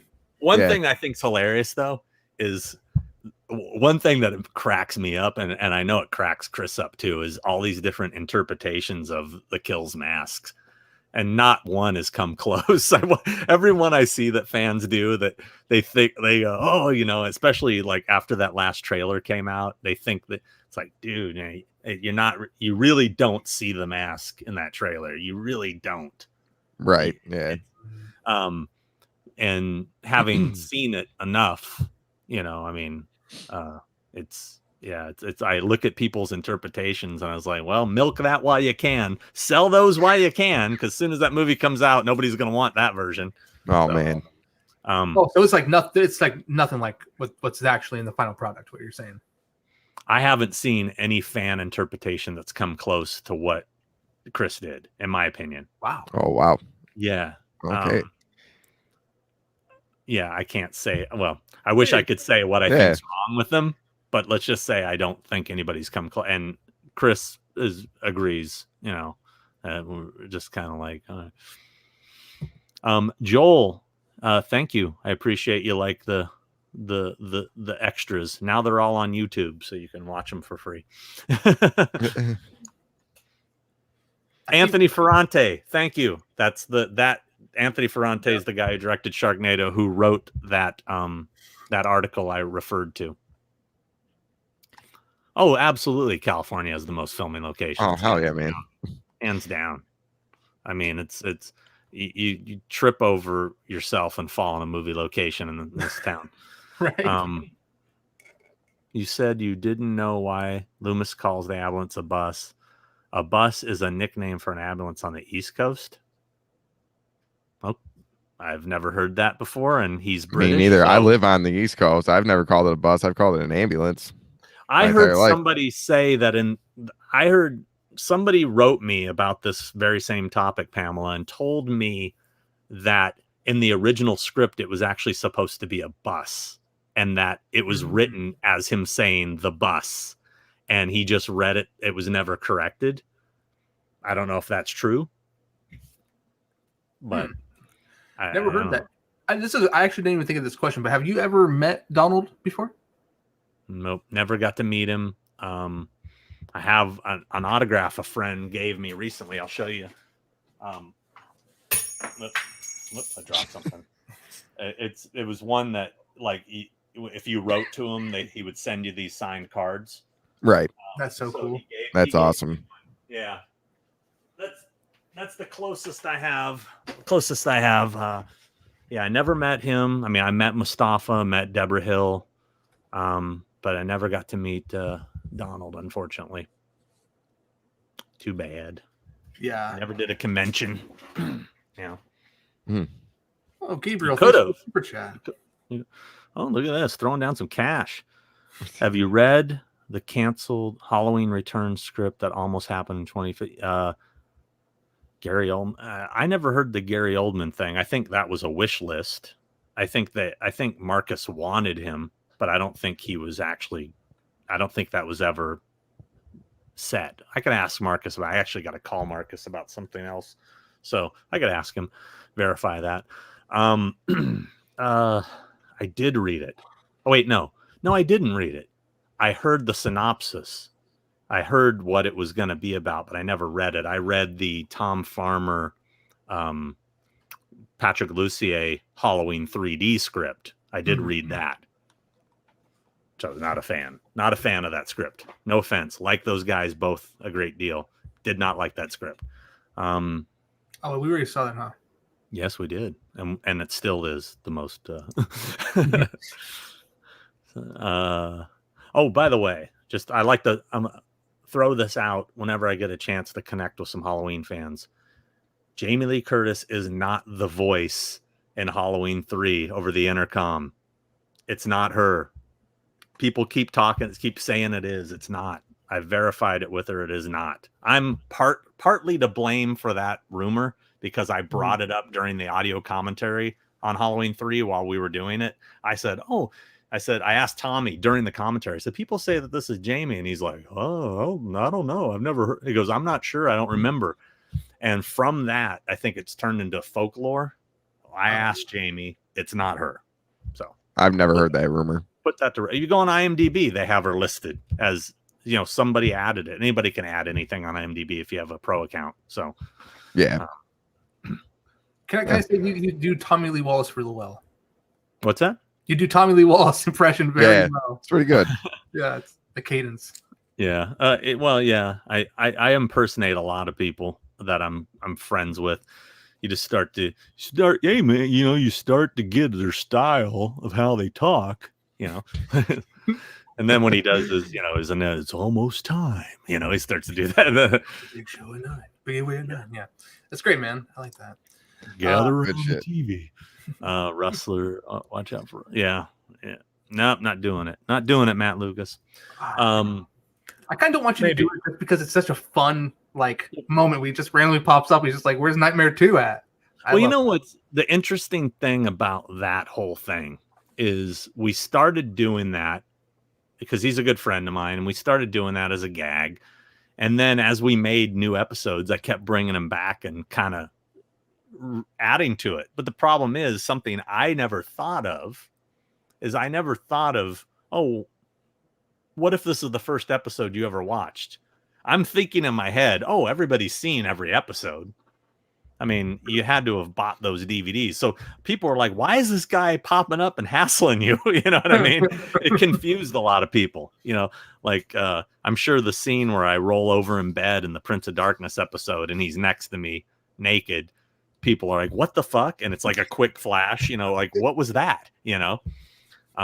There's also, I added him subliminally in the Howling episode.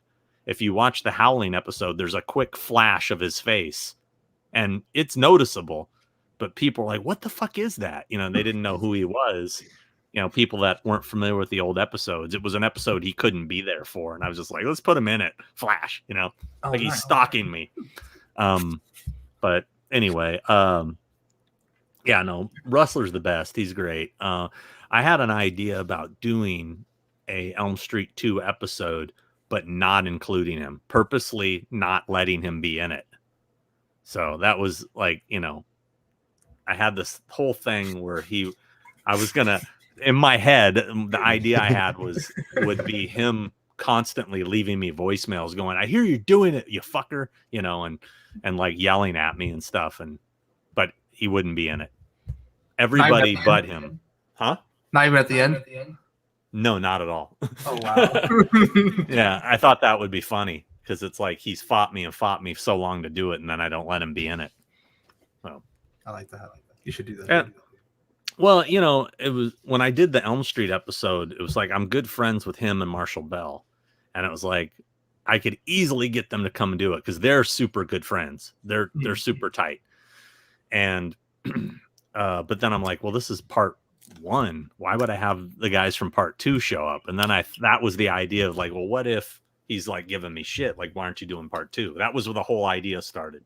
So, oh, Colin Murdy. Yeah, you need Christopher Nelson here to do the Colin Murdy. He does that so good. The fucking like Scottish accent or whatever he does. Now everyone's going nuts with it. Yeah. Oh shit. I crack up every time he does it. I'm not even going to attempt to do it because he kills it. I'm not good. I do a good Trump. That's about it. Trump and Tommy Lee Wallace. Can you do the Trump one? No. No. I haven't done it in a while. You know, it was the thing is like when you'd hear that fucking guy talk every day, it would stick in your head. And now you're not having to hear him. It's, right. Okay. All right. I'm not hearing him every day. All right. Huge. That's good. Huge. That is fucking awesome, man. Let me tell you, I love that. Halloween Resurrection, hands down, the best film. Everybody knows it. All the best people know it. It made the most money of anything in the franchise. It's the favorite. Okay. Wait, excuse me. It's the favorite. You're laughing. Excuse me. It's the favorite. Everybody knows it. Best Myers Mask, part 5. Everybody knows it. Anyway, you keep hearing it enough, you'll start believing it. That's fantastic, man. Bravo. Thank you. I haven't done a Trump in a while. I'm really rusty. Like I said, they should have had you do it instead of Alec Baldwin, man. No, Alex, he's okay. He's good. He is good. He's good. Yeah. Let's see. I met Tony years back, and he was such an awesome guy. I haven't heard great things about him since then. You know, hey, you know, if you're a fan walking up to the table handing him money, he's going to be super nice to you. There's no doubt about that. And he's not a bad dude. Like I said, we're friends, man. I mean, we went to Disney World together. We're friends. I got pictures of us on Space Mountain together. Really? Yeah, I do. But you know, he let somebody get in his ear and he believed it, and it's crazy, dude. It's crazy. The story, a shame, man. I mean, it's silly too. Like the stuff it's anyway. It's not even worth bringing up. But it's just like when you hear the stories, you're like, really? He believed that? Really? Okay. But and it's like, okay, you know, I've been in this business now for like 20 years. I have a stellar reputation. I've never fucked anybody over. I mean, you're not gonna find anybody out there other than somebody that's just a hater to be a hater. You're not gonna find anybody out there go, dude, that guy's a crook or that guy's a liar. Or that. Nope. I mean, I'm super black and white. I'm honest to a fault. you really believe in the other dude who has like a ton of history of being a piece of shit? I mean, Right. and you could Google his name and see shady shit the dude's done. You're believing that guy. Okay. Whatever. Not good. No. The Snyder shit. cut. I'm not super hyped for the Snyder cut. I don't know. I'll watch it. Comes out in 10 days. Oh, intro these dudes to Get Off My Lawn. You guys know about the Get Off My Lawn thing, right? Have you seen an episode? That's our thing. Every episode we talk about something that pissed us off, like something that bothers us. Like today, right? My Get Off the Lawn today is this cancel culture bullshit with like fucking Dr. Seuss, now Pepe Le Pew. Are you shitting me? Please. I mean, do you feel safer that Pepe Le Pew isn't out there anymore? My God. I know. I mean, as far as that goes, I mean, I don't really think much of it. The Dr. Seuss thing, like, I understand why they did what they did. I mean, it's a person that runs his estate and shit. They got that circulation just in case, someone wanted to use that to put dirt on Dr. Seuss's name and put it out, say, oh, well, this is still in production. Well, now it's out of production. And those were very clearly racist fucking things. So yeah, but people just getting upset. It's like, oh, well, they're canceled Dr. Seuss and Cat in the Hat. It's like, first off, some of you guys that are complaining about this are in your 40s, about like my mom's age. These books aren't fucking meant for you anymore. Okay. And your time was a long while ago. No offense, but that's just how it is. Well, the way I look at it is, let's focus on new shit. Let's focus on the new books coming out. Let's not go back and dig up everything and try to find something wrong with it, because nobody fucking was paying attention to Dr. Seuss until they brought it up. Yes. Now people want that book. Now that book is selling for thousands of dollars. Why? Because you guys made it an issue. Had you left it alone, it wasn't like we're talking about Cat in the Hat. It's some titles that nobody cared about. Yeah, exactly. Yes. And it's just like, there's plenty of more. I mean, there's that meme. I don't know if you saw it. Somebody, I have it right here. I just thought it was, even though I thought it was funny, because even though it's funny, it's so true. Where is it? I have it. I hope I didn't delete this right here. If you saw this one, it says, imagine living in a nation where Cardi B's wet ass pussy wins song of the year. Yes, I've seen that one. Hat is deemed inappropriate content, and that they're slapping warnings on the Muppet Show. It's like, so yeah, wet ass pussy is cool. That's a song. It's out there on the radio. But this fucking thing that looks slightly suggestive, maybe might be somewhat racist-ish, if you really think about it and dig into it. Really? That's offensive, but this isn't? It's like, get your priorities straight, Yeah. I mean, and Pepe Le Pew, really? We're going to delete him from Space Jam too because he is aggressive sexually? It's a fucking cartoon, man. It's for real. It's this kind of shit just drives me crazy. But anyway, that's what the Get Off My Lawn thing is about things that are pissing us off. That, like, I got a real good one for the next episode, because the last episode I talked about when you go to the drive-through and they have the digital drive-through and the thing goes away, like for an advertisement or something, and you can't read the menu, and you're sitting there waiting, and they're like, can I take your order? And you're like, I can't see it. Can you bring it back? That kind of shit pisses me off.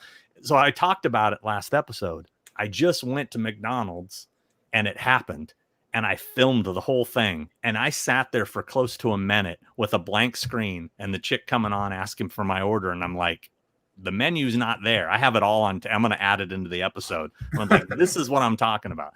It always happened to me at Regal Cinemas. When you'd go to the movies, you'd walk up to the snack bar and the whole fucking digital display would turn into like a movie advertisement. And you're like, and they're like, what can I get you? I'm like, I don't know. Fucking Thor is in front of me now. I'm looking for the, what do you have? And that kind of shit drives me crazy. Anyway. Sorry. That's reasonable shit, man. Yeah. You mentioned being privy to the various flavors of the Halloween Kills. Without giving anything away, did all your favorite parts make it? Different flavors? I wonder, does he mean the different scripts? Probably, different treatments, I assume. I don't know. I will say this, the very first version I read had an opening that I absolutely loved. I got goosebumps when I read it, and they changed it, which I was very disappointed with. I'll talk more about that when the movie comes out, because I obviously can't talk about it at all right now, but there was a different opening that I thought it was perfect. I was like, holy shit, fans are going to lose their mind when this happens. And then I got another treatment and I'm like, what happened? It's like, no, but they still left an element of it in there, but they changed the opening, which I thought it was just a great opening. So, but I'm I can't say what is and isn't in the final cut because I haven't seen the final cut. So I can't tell you what is, from the script, what I've read or what I saw filmed. I don't know. We'll all find out in a few months. Yeah. I mean, we're only 7 months away. Yeah. But there we are. I will say I was very happy with everything I saw, and I can't wait to share all my photos with people. I've got pictures of me and me and James in full costume, that's some good shots I wish I could share, but can't. Lots of good pictures of the mask up close. Can't wait That'll to see make everybody salivate. I can't wait for the flashback mask. It's Colin Maddie. Had to do it just for him. Had to. Then we're hoping to film it Saturday. So if we film it Saturday, then I'll probably have it up by Monday. So we're looking about a week out, unfortunately. We're a little behind. Hey, Melted 7. Look, I got boom. Oh, that's sick. This is one of his masks, Melted 7. This is the one he sent for Chris Nelson. I got to take to him. So got it sitting back here to take it to Chris's house. He does killer shit. I don't know if you guys saw the pumpkin that he did that I showed in the last episode. It's really cool. I'll grab it. It's very Halloween 3-ish. Sure. Seen all sorts of cool shit tonight, man. I know. You go give me your Facebook page, Instagram. I'll check it all out. Show you some support and love. Want to see what you do. I love all of that. By the way, the last person who gave the super chat, thank you so much. I appreciate it. There's just a lot of comments, so I'm trying to go through them, but yeah. How cool is that? Oh, wow. Dude, that's that dope. That is really fucking sick. That's different and that's beautiful. Yeah, that's Melted 7. Put up your web address or something. Pimp your shit. Yeah. Plug it up, man. Plug it up, bro. Yeah, he was kind enough to send me that one, and then Chris got the one that's kind of Tarmanish, little Tarmanish vibe to it. It's a little Halloween 3-ish. The other one's Tarmanish, but they're both different enough that they're got their own original vibe. I dig it. What do you think the screen used Myers mask would go for now in its current condition, and what would it go for if it was mint? In its current condition, I couldn't tell you because, I mean, people have asked me, like, because they know I'm a big collector, like what I would pay for it. I'm like, no offense, I wouldn't. I don't want a mask that's falling apart. Yeah, you're. So to me, in its current condition, it isn't worth much. To me, I mean, he should have preserved it when he had the chance. I mean, it could still be fixed. I just don't know how good it would look. As far as if it was mint, shit, dude, that thing could go up to $100,000 if it was mint. I think shit, probably more than that, man. I think at least $100,000. I mean, Kurt Cobain's cardigan that he wore on the Unplugged album, that went up for like $300,000. Not even shitting you. Someone bought that. Yeah, so that's nuts. It's whatever someone's willing to pay. Well, I mean, that's the thing is people ask me all the time what something's worth. And I usually say it's worth whatever someone's willing to pay. Like who would have thought that the doll from Trilogy of Terror would go for $175,000? I thought that thing would go for maybe $50,000 tops, but it went down. It went between two dudes. All it takes is two people that really want something that have money. And that's what happened. I know the dude that lost the, who was fighting for it. And I know who won it too. I can't say, but I know the two dudes that were fighting, and both of them one has ridiculous money and one has a good amount of money. And the dude that has the ridiculous amount, he could have kept going. It wouldn't have made a difference to him. So Wow. But then the poltergeist clown, I have one of the poltergeist clowns. The other poltergeist clown I thought would go higher than the Trilogy of Terror doll, and it ends up going for like 60,000, which surprised me. I thought it was going to go for over 100. That's insane, because Poltergeist is such an iconic film, and Trilogy of Terror isn't. Right. I mean, I love it. I mean, I fucking have the dude right here, the replica, sitting here on my desk. I love this guy, but the real one, it'd have been dope to have the real one, but people got their priorities fucked up. Like Kid Zombie here, his priorities fucked up. We're your 3 favorite people. Come on, bro. Get your priorities straight, Kid Zombie. No, thank you. Appreciate it. Yeah, I appreciate that too, man. Facebook as well. People on Facebook, I'm sorry I haven't actually given you guys any love or attention. Thank you so much, though, for being here. Fuck Facebook. No, I'm just kidding. Hey, man, I agree with you, dude. That shit's toxic in its own thing. Not outside, like, Myers hobby and mask hobby in general. Like, that shit definitely is toxic. Dude, the internet is the best and worst thing that's ever happened to us. Yes. I mean, it's the truth. I mean, there's so many great things about it, but so many terrible things about it. I mean, if I could right now snap my fingers and the internet be gone, I would probably do it, because I enjoyed life before the internet. It's great that I can go online and look for whatever I want, but at the same time, it takes away the fun of, like, for example, when we were talking about how I started doing location stuff. I enjoyed the hunt. I enjoyed trying to find it. And now it's like, oh, who's found this? Blah, blah, blah. There it is. It's too easy now. Google Earth. Oh, Street View. Oh, there it is. Dude, I mean, it's saving me a lot of time, but it's not as fun. And, like when I used to go to conventions back in the day, I would spend all day digging through every vendor's stuff trying to find shit. Well, now I can just go to eBay, type it in, boom, buy it now, done. That's not fun. Fun was finding that Kirk mask at a toy show. That was fun, not paying $15,000 to have a dude hand deliver it to me. That's not as fun. Yeah. So anyway. Hey. Thanks, Matt. Thank you, Matt. Much appreciated. It's good. It is a good podcast. It's decent. Yeah. It's very modest, this guy. With opinions, but it's okay. It's okay. So many friends. I'm trying to get to watch a thing with you. Yeah. What's wrong with your friends, Gabriel? Get new friends, bro. If they don't watch, just get new friends. Exactly. I think that everybody he went two-face on Sean. You know what? He was misled. I don't hold any grudges. I mean, obviously I'm going to be very, opinionated about somebody who's threatened me and talk shit about me publicly. But you know what? If he was man enough to like sit down and have a chat with me, and I tried to have a talk with him, and he just started cursing me out and threatening me. And I'm like, whatever, dude, I'm not afraid of you at all. So easy on the threats, just chill. But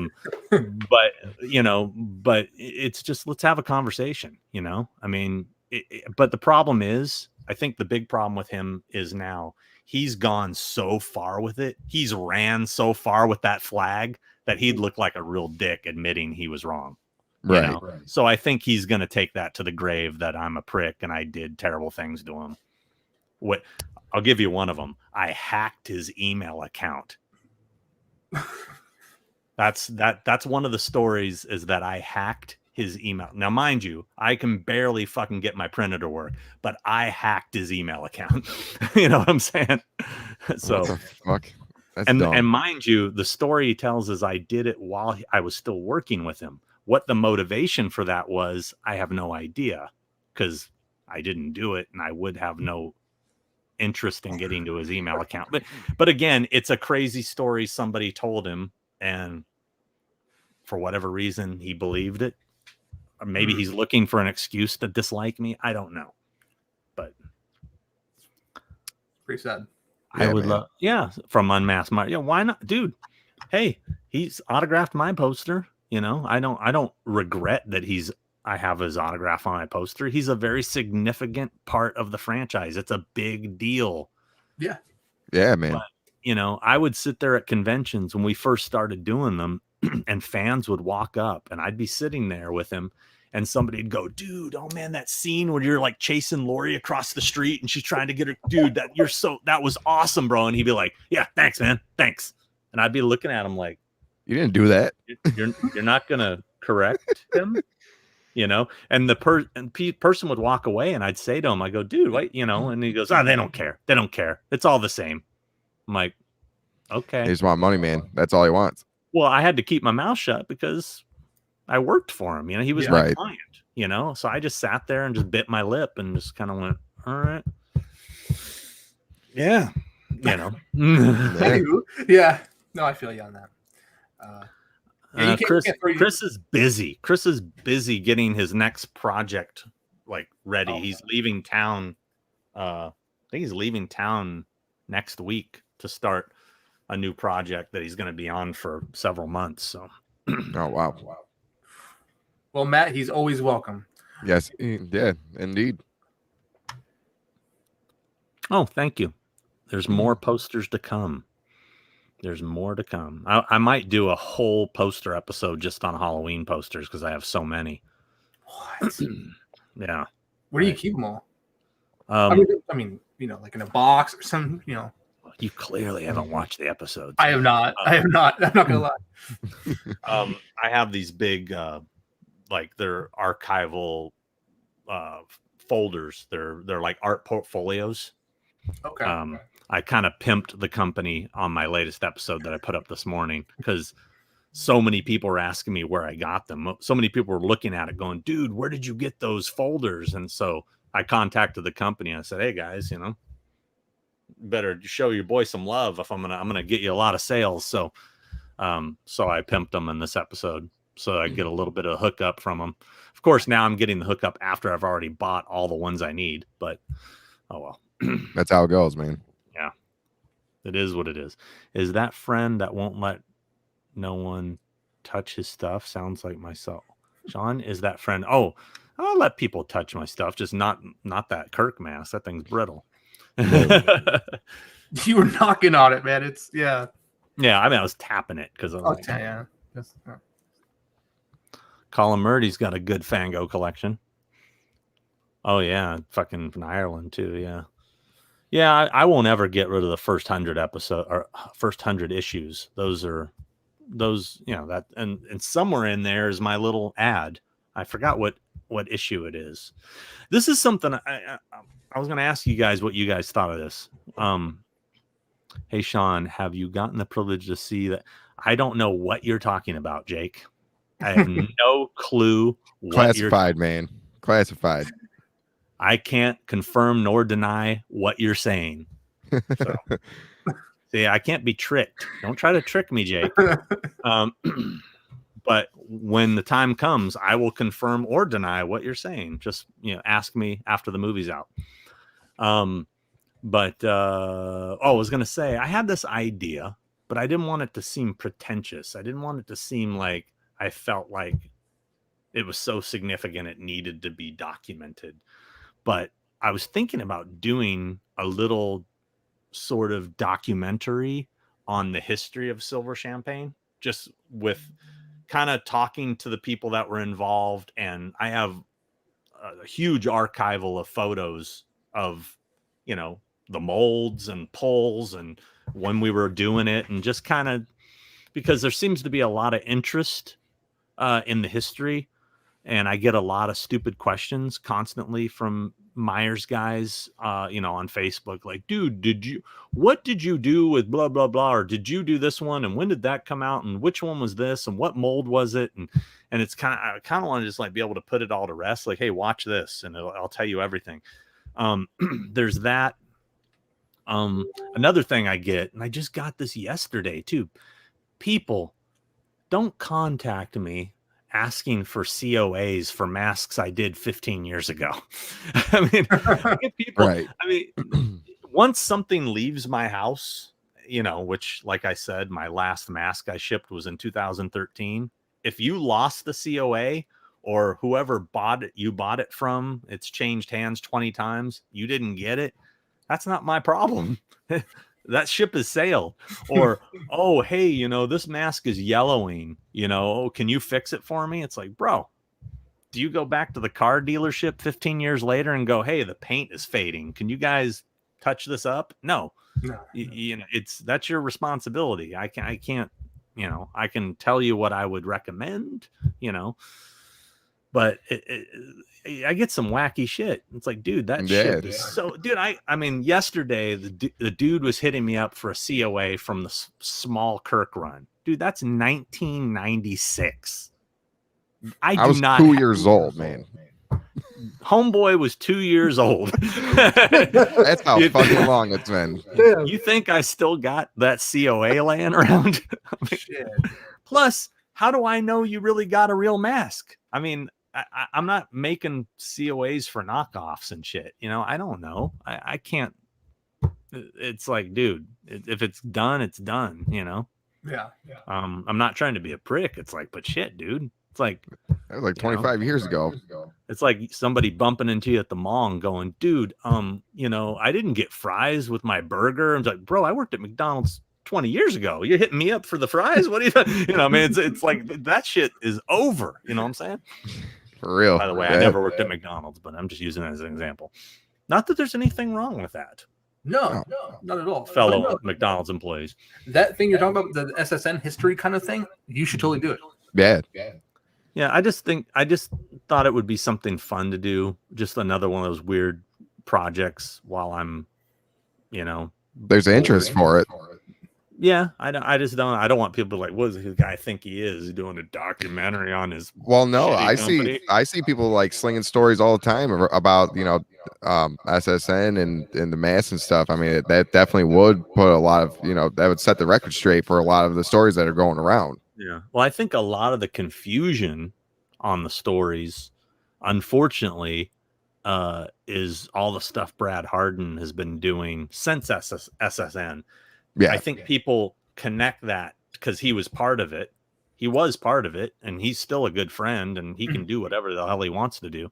But I think people get confused that he's got the molds and he's selling the same thing, but he doesn't. I think the only mold he actually had was the Jason bust we did, and the Jason mask that was the Part 7 version that were off of Beekler's molds, but anything else he has, I believe, are recasts or, I don't know if he got Beekler's Part 6 mold. That's possible because I don't know what happened to it after Beekler died. But I don't know. He doesn't have any of those. I kept every mold that we did with the exception of that Jason one he took because actually he had it at his house because that thing was such a beast. He used to pour them up because it was a fucking monster, man. But anyway. Yeah, the K&B H5, it's a pretty good size, but like when I got the SSN H5 from him, I think it was the Shanks, it was it was a little on the smaller end. Nice display piece. Yeah, well, I mean, the K&B one we did, I think the first version of that mask we ever did, I think it was called the Revenge, I believe, and that was out of K&B's mold. We did 30 of them, and I gave the mold back to Greg, and then we did. I know we did the Don Shanks signature one where we added the nose appliance, and Brad cast the nose off a Shanks screen used and so he copied it off of Shanks, like he literally cast it off of Don's mask, and we applied it to a master copy. Did the seams the way kind of shittily the way it was done. And then molded that. And then that was then the Revenge, or no, the Don Shanks version 1, we called it, because then we did version 2, which was the Brute signature one as well. It all starts to blur together. Like the part 6 one gets real confusing, because we started with the 6th one. I think the first one was called The Curse, and that was a recast of my screen used H2O mask, which was the part 6 mask used in the opening where her throat slit. We recast that mask, which I still have. It had a wig. It's a funny thing, is the hair was like this weird wig, so it was easy to take off and put it back on. So it was really easy to mold, and it had a longer neck. It had a really long neck. Like in part 6, they cut it up here, but the H2O one was longer. And so that was The Curse. And then we did a deal with Beekler to use his actual movie mold, and that was called The 6, I think. And we only did 30 of those. And then we recast I think we had a master copy out of the Beekler mold, recast that, added the Wilbur signature on it, and did the George Wilbur signature series. Wow. So anyway, it gets confusing, the different versions, but I think Chris has all those. Who? Chris Morgan. I think he has all those too. Oh, does he? Yeah. I don't know if he bought them from me. I actually looked for his name after I watched the episode, and I was researching my history. I was like, I wonder if this guy's bought any. And I was looking, unless he bought on a different name or bought them secondhand. I didn't see his name. I saw some funny names on there, like Chris Zeffro bought a bunch of masks from me back in the day. I was like, oh, Chris Zeffro. A lot of people like that. A lot of names I recognize. Zeffro and I are friends. I even let them use some master copies for some of the stuff they sell. So, wow. Oh, didn't know that. Allegedly. I mean, the website says it's sculpted by somebody else. Oh, but okay. Yeah. All right, I'm catching your drift now. Oh, I okay. know. Oh yeah. But I think they have to do that legally. You know what I mean? Yeah. But I had master copies that I lent for a couple things. So, but they're friends, and I tell you what, one of my big regrets is not being a part of that, because I had the opportunity when Chris was starting it. He asked me to be a part of it, and I was like, good luck. Good luck with that. Dude, you know nothing. You're not a mask maker. You know nothing. Good luck with that. Oops. Yeah, they age like milk. Yeah, my bad. They're doing pretty good. Huh? They're doing pretty good. They're doing pretty good. Yeah. Hey, everything happens for a reason. I mean, if I sat here and thought about all the regrets I had, I mean, bands that I turned down playing drums for that ended up being huge, massive rock stars. Like, well, I can't sit here and think about the coulda, woulda, shoulda. I'm happy with my life. I'm quite content. So no regrets. It's all good. Absolutely, man. Yeah. Best way to live. Hell yeah. You can't sit and think about what you could have done. And it's like I said, I'm very happy. I'm my own boss. I do what I want to do. I haven't had a real job since 2006. So, when I mean a real job, I mean like a, or 9 to 5, getting a paycheck, somebody I had to answer to, you know what I mean? Right. Yeah. You do essentially what people strive for, and it's so, I mean, see what you have behind you. It's and to be able to be involved in something I love, right. which is the horror industry, so that's cool. Hey, Blood Red Skies, thank you so much. He asked Sean, do you think 2003 was a great year for horror? That's fucking random. 2003. Where'd you pull Any that year? out? You had a plethora of years you could have pulled out. 2003 was it. 2003. All right. Texas Chainsaw Massacre remake. Freddy versus Jason. That's right. The Halloween 25 Years of Terror convention. Yeah. Was Jeepers Creepers 2 out that year? I think so. Well, no. I think it was like 2 years prior to that. I could be mistaken. The second one? Oh, the second one. Oh, Yeah. I thought you meant the first one. First I one think was the second 99, one. I think the first one was 99, wasn't it? Oh yeah, I think so too. I'm pretty sure. I don't know. I always get that fucking year of that movie mixed up. Alexa. I don't. Oh, go No, ahead. It's not working. I can IMDb it real quick. I don't know. I can't. Nothing stands out in my mind about 2003. So 2001 was Jeepers Creepers 1, and then 2 was let's see. So Blood Red Skies asked 2003. You were right. 2003. You were correct. Yeah, some good titles that year. So Blood Red Skies asked you, Sean, first. He says, "Do you think it was a great year for horror?" But then he asked you again, "Do you think it was one of the best years for horror?" No, definitely not. I don't. What movie are you thinking of that was really good that came out in 2003? I can't think of one that's like awesome.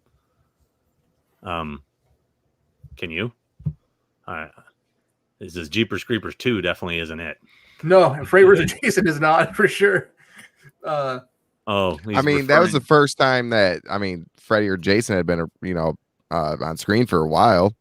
Babe, really? Can you grab me a water? Have you guys? I'm assuming since every video I ask you if you've seen, you're like, oh, I haven't seen that. He's referring to my Halloween 2 capsule video where have you seen it? Thank you. I think it's been a bit. I'm always browsing YouTube, but yeah, I have seen it, but it's just been a long while since I've seen it. I shot a video of me opening the Halloween 2 capsules, like I guess sort of a opening review type video, which I don't really do. And I did it on a night where I popped an Ambien, took some cough syrup and some melatonin, and don't remember ever doing it. I remember thinking about doing it, and then I was feeling a little under the weather, and I had popped I'd taken all this like sleep medication, really. And then I woke up the next morning, walked downstairs, and looked on my dining table, and they were all open and spread out. And I was like, what the fuck? And I was tripping. Like, when did I do this? And I was like pissed off. I was like, I was supposed to film that. And then I was looking for see this little light thing I got here? It's got a stand on it. So I use that for, when I'm shooting videos. Right. And I was in my office where I am right now. And I'm sitting there and I go, where's my stand? I'm like, what the fuck? And then I go, did I? And I walk in and it's sitting on the dining table. And I'm like, did I film that? And I put my phone out. I fucking filmed it. Sure enough. And it's gold, man. So I put that shit up online. I did a little explanation so people didn't think I'm crazy, because I'm sitting there going like, I'm falling asleep while I'm doing it. I'm like, I'll nod off now. And then, yeah. And I started saying some crazy shit. Like the thing that people seem to like the most was I said /tastic, which I've never said before in my life. Drugs, man. Yeah. But that should be a t-shirt, /tastic. Question for all three of you. Would you sell your props and entire movie collection for $5 million? Yes, I would. Yeah, I think I could do that. $5 million? Why not? Because I could buy most of it back. I'm very sentimental. I don't know. I mean, it depends, really. $5 million? That's a good deal. $5 million, like out the door, tax free. Sure. Maybe on my end. I would fucking do it in a heartbeat. I mean, that's because I could easily buy back most of the shit. I mean, this is true. I mean, not the exact same stuff. Obviously, one of a kinds I couldn't, but I think I could find some shit to make me feel better about it and still have money. So I probably, if you were saying 1 million, the answer would be no. 5, yes. I take that shit in a /tastic second, dude. Dude, he thinks it's a /tastic deal. It's fucking /tastic. Great. Now this is going to catch on. Yeah. The /tastic podcast. I love it. There you go. That's what we should change the name. Thing with two heads, the /tastic. Oh. Hell yeah. Oh. There's like so many questions or so many. I'm so sorry. We can do a rapid fire, or I can, you know. Yeah, I have to go scroll up quite some though. I think I'm getting close here. My three Where favorite are you people. looking at these? I want to see them too. It's like you're hoarding them. Oh, you guys can't see them? No. What Can you see them? I can see one. I can see one from I only Blood see Red the Skies. Yeah, they're not on the side. Like. Damn it, James. I'm so sorry. Fucking embarrassing us here, man. I think it's because I'm the host. This is fucking amateur hour, man. Yeah, James controls everything. I'm just here for my opinion. You know how you can see it is actually if you go to my video, all the comments should be right there. On your video? What are you talking about? On YouTube. On YouTube, yeah. Sorry, my bad. If you go straight, yeah. I mean, that's how I usually check it. Or Facebook, if anyone's commenting on there. The thing is, like, Okay. All right. So now I can see them. Hold on. There's a bunch on Facebook. Is there a bunch of Facebook? Fuck no. Yeah. But Sean said fuck Facebook, so like, no. Joel Powers asked Sean, any idea how much of the H20 was filmed with a K&B mask? Is there a higher quality work print version with the K&B mask being used? Thanks, dude. Wait, which movie? H2O? Yes. How much of the movie was filmed with the K&B mask? Yes. Sorry if I read that too fast. All of it. The whole movie was shot with that mask, and then they went back and reshot all the close-ups with the Winston. Yeah. Oh shit! I didn't know that either. Yeah, I'd love to see just an unaltered version with just that shitty mannequin face mask. I don't really like that mask at all. Just so. I wasn't a fan of the H2O. Yeah, I mean it was all right, the movie itself, but somebody pointed out it was basically just like another Scream film, kind of in a way, and I was like, it makes sense. Yeah, very much. And then the irony that they use the exact same location in Scream 3. Right. Yeah. Yeah. Then Al Molnar, he referred to the scripts. He said, "Can we read it just one page?" And I don't think that's going to happen. Sorry, Al. Sorry, I can't. Classified. Sean can't speak about shit. So that's basically where it's at. Hold on a second. Somebody's texting me that should know that I'm on this. So it makes me nervous as to why they're texting me.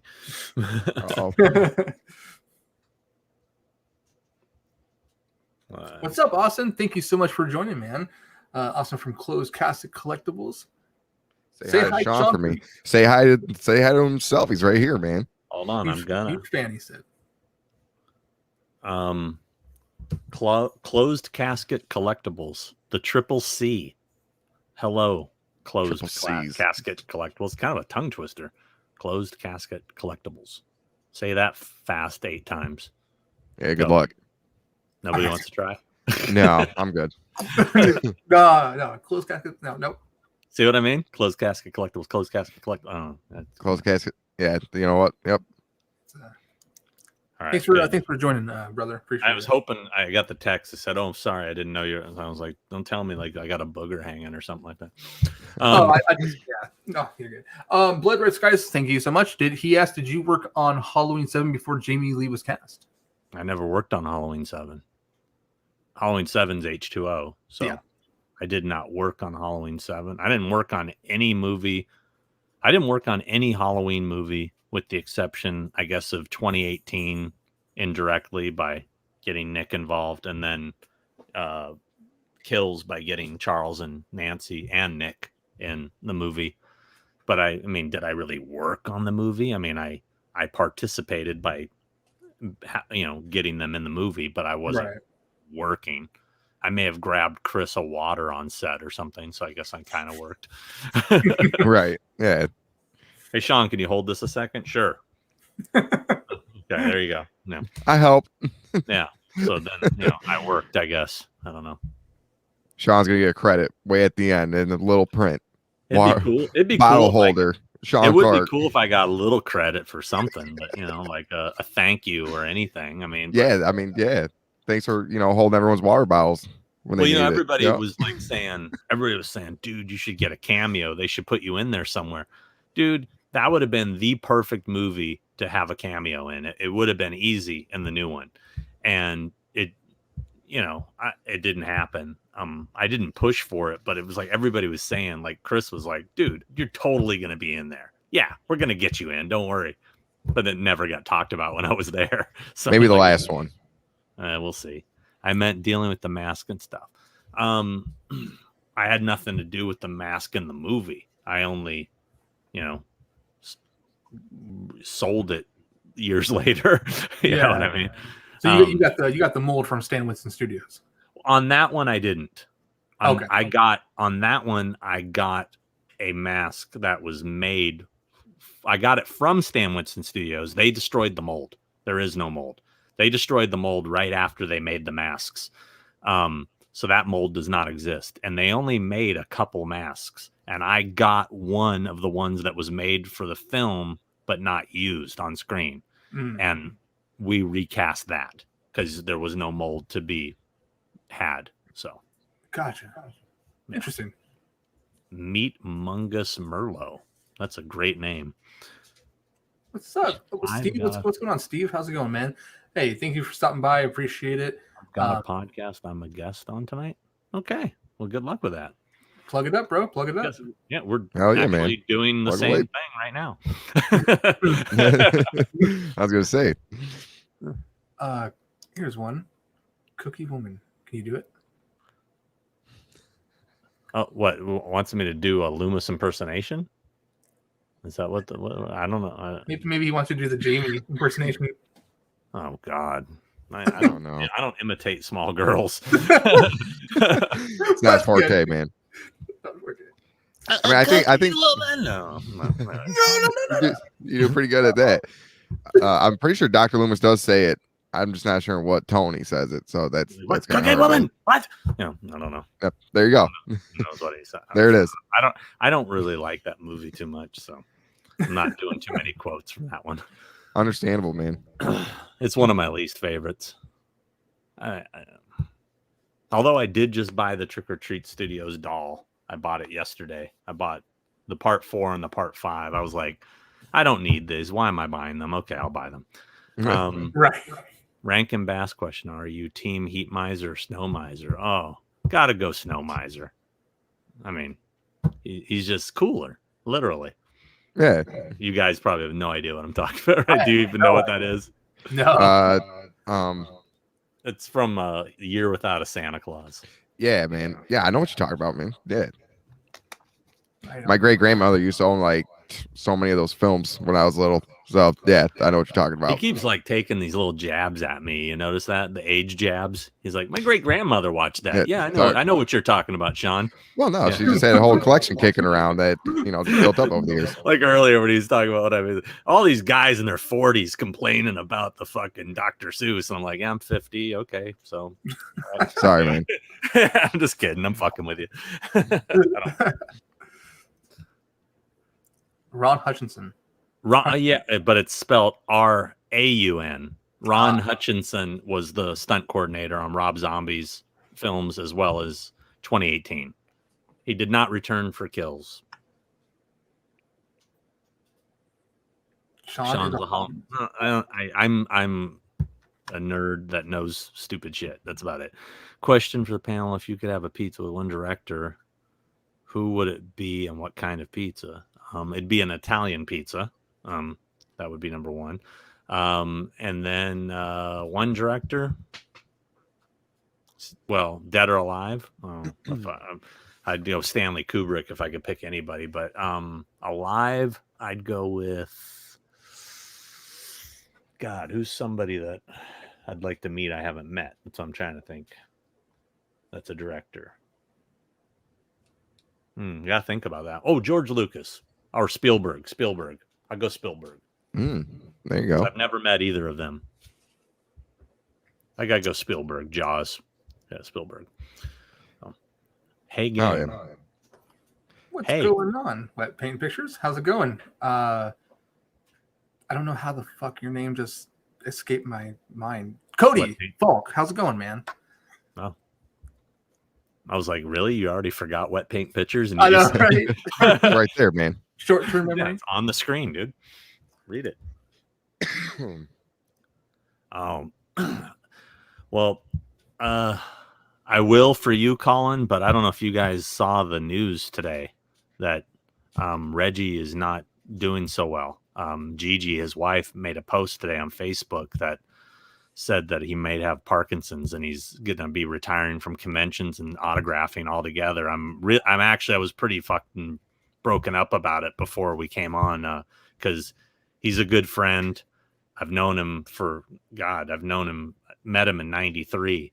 I haven't been in touch with him recently and I need to, but that really kind of hit me a little hard because I was tripping out. I messaged my friends, the same friends I was talking about earlier that we all went to the Pittsburgh convention together.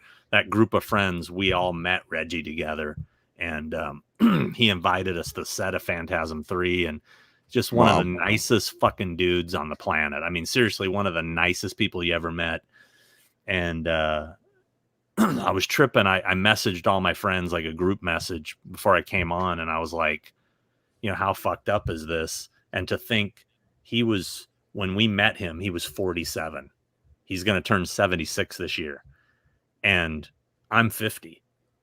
I'm older now than he was when I met him. And, when you start thinking of these things and mortality, it starts to fuck with you, Yeah, man. Yeah. You guys don't have to deal with that yet. When you get my age, you'll start thinking about that fucked up shit. But I got to do this for Colin, because he asked me to do the Reg Man, and it's hot as love, Colin. There you go. There's my Reg. There you go. Hell yeah. That's sad news, man. I have his wife on Facebook, but I did not see the news, man. Posted it about an hour before I came on. Okay. So yeah. It's pretty screwed up. Rough shit, man. Yeah, let's change the topic to something happier. Yeah. Yep. Let's see here. Get Bob Shea to dress up in BDSM gear. Jesus. See what I mean? Shit gets weird real quick here, man. Nightmare 2 stuff? Yeah. Yeah. Anyway. We'll skip that one. Sean and I would talk a lot of Kiss at conventions in New Jersey.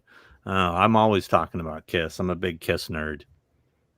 If you can't see it, let me see if I do this way. I see the You can see there's it's an Ace Frehley guitar back there and some signed shit. I got a lot of Kiss crap. Yeah, that's awesome. Woo. Anyway, yeah, I love. I'm a big Kiss collector. Fuck Cardi B. I agree, man. I fucking hate her music. I don't understand the question. You asked me to. Oh, I like your little picture of the Ray of the Dead thing. That's pretty funny.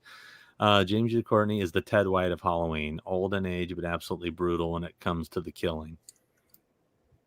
Okay. I'm a huge fan of Ted White. He's probably my favorite Jason. Yeah, Ted, he is such an awesome dude. I went to his house 2 weeks ago. I saw him. I'm supposed to go see him again here pretty soon. I've been he's definitely retired from the conventions, but I've been facilitating some private signings with some autograph dealers. So I go see him and I drop off some stuff, and then his wife has him sign it during the week, and then I come back, like 2 weeks later, pick it up and send it out to the dealers or whatever. So I've been seeing him, and he's a great guy. And I mean, I don't know if you guys know, he has a book. He wrote a book. It's like a biographical. It was like a guy wrote it with him, but I think it's called In the Shadow of Giants, or Cast the Giant Shadow, I think is the name of it. I think he sells it on his website. I think you can get it on his website. Really? But yeah, I'm in the book. He talks about me in the book, which I thought was very flattering. That's awesome. I got a shout out. So, because he talked about the convention world and how I was his agent or whatever. So, wow. Pretty cool. Not threatening me like other people. I was about to ask you, Sean. LOL. Thanks again, man. About to ask me what? Probably about the mask. Oh, that if I took the mask to Chris. Yeah, hopefully I will soon. Oh, there's his at Melted7 on Instagram. Those masks I showed you. So everyone give him a follow. So show him some love. I will do that right now. Yeah, I don't have Instagram. I only have Facebook now, so that's where you'll find me. Facebook, unfortunately. But if you guys want to follow me on the socials, it's at Malfunction. It's the same as my YouTube channel, Malfunction, MALFUNCSEAN. So the word malfunction, get rid of the TION and add Sean, SEAN. Pretty clever. I like that. It's clever until people can't find your page, and then you're like, oh, it's kind of a cool name. Can't find him. Something easier might have done better. Who knows? My mom looks like the Trilogy of Terror doll when her hair is dry. Okay. That's good to know. It's fucking terrifying, but all right. All right. Jacked up grill then. John will kick his ass. He nearly wooled ass on the Excuse me.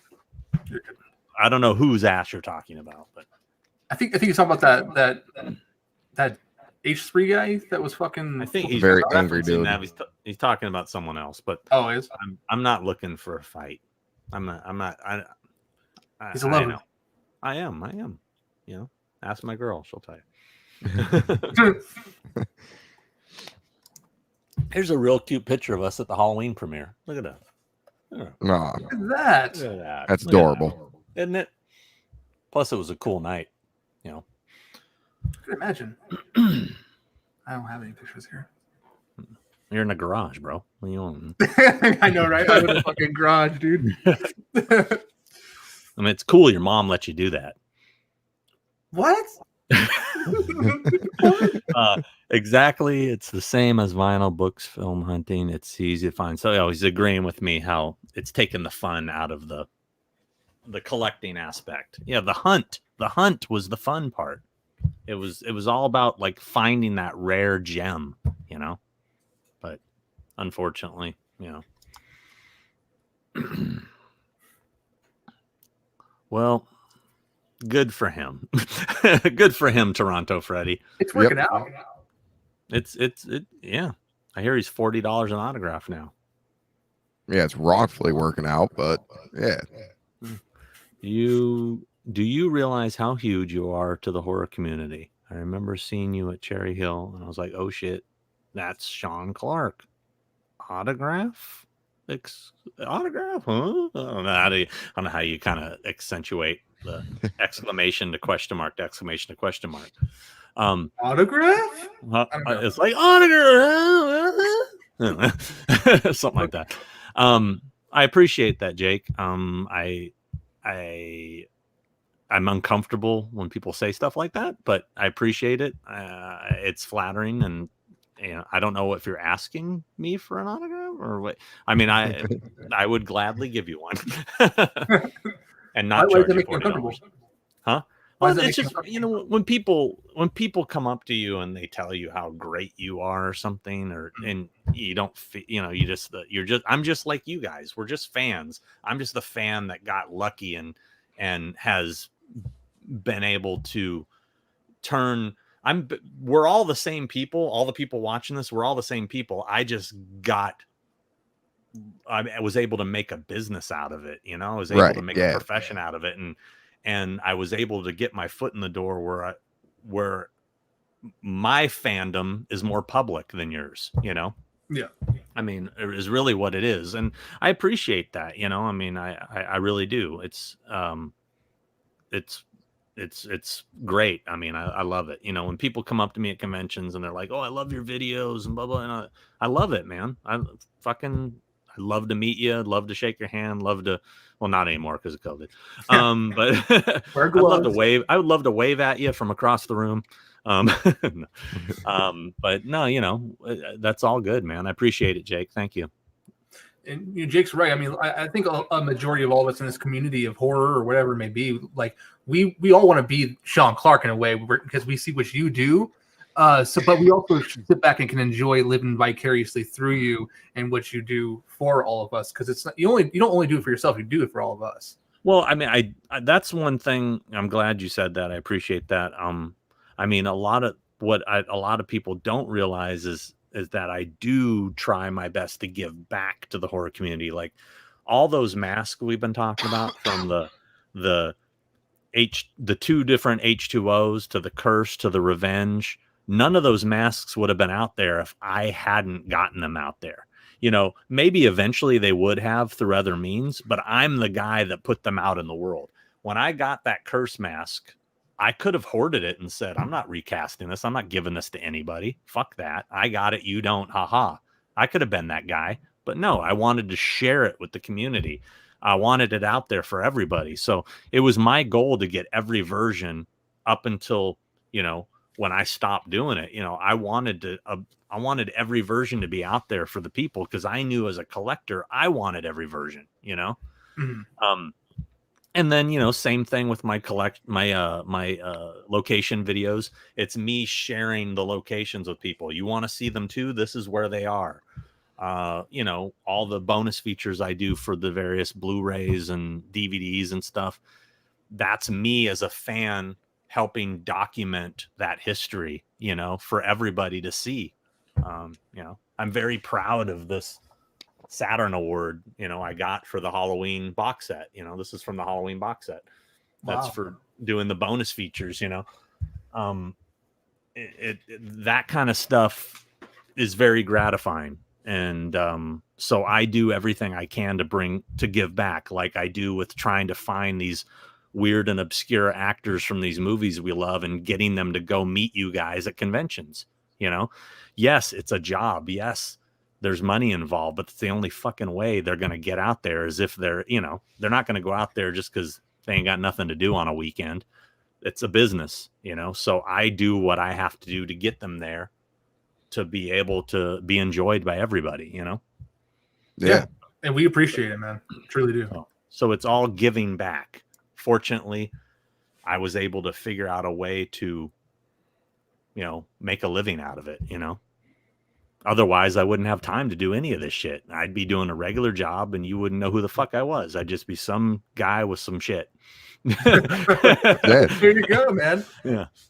Retrospect. 202 was a shit year. Halloween, a shit year. Halloween. That was Resurrection 202, right? So yeah, that was. Yep, yeah. Sure was. I ain't saying nothing. Yep. I mean, if you guys watch my ranking episode, I think Resurrection was my second to the least favorite. So, yeah, I'm sadly. I think the thing that bit me the most, and I talked about this on that episode, was I had written a treatment for a sequel to H2O that I think would have been fucking killer. And I sent it. Now, mind you, at the time, I didn't know Malik yet. I wasn't friend, and Mustafa was still around. I didn't get to know them till the year after, 2003, when we did 25 Years of Terror. So I sent to Trancas this treatment, and nothing ever came of it. I honestly don't know if they ever read it, but it would have been so much better. And when I went to the theater and saw Resurrection, the feeling I had of like, really? You made this? Really? Wow.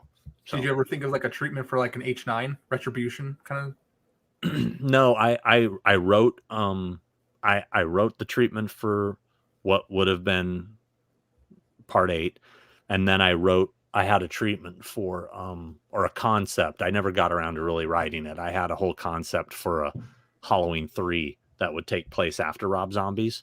Okay. That I actually think could have been really cool. And like almost bring everything together. It's kind of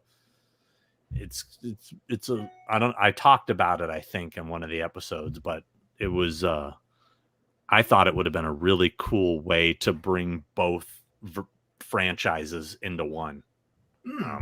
Interesting.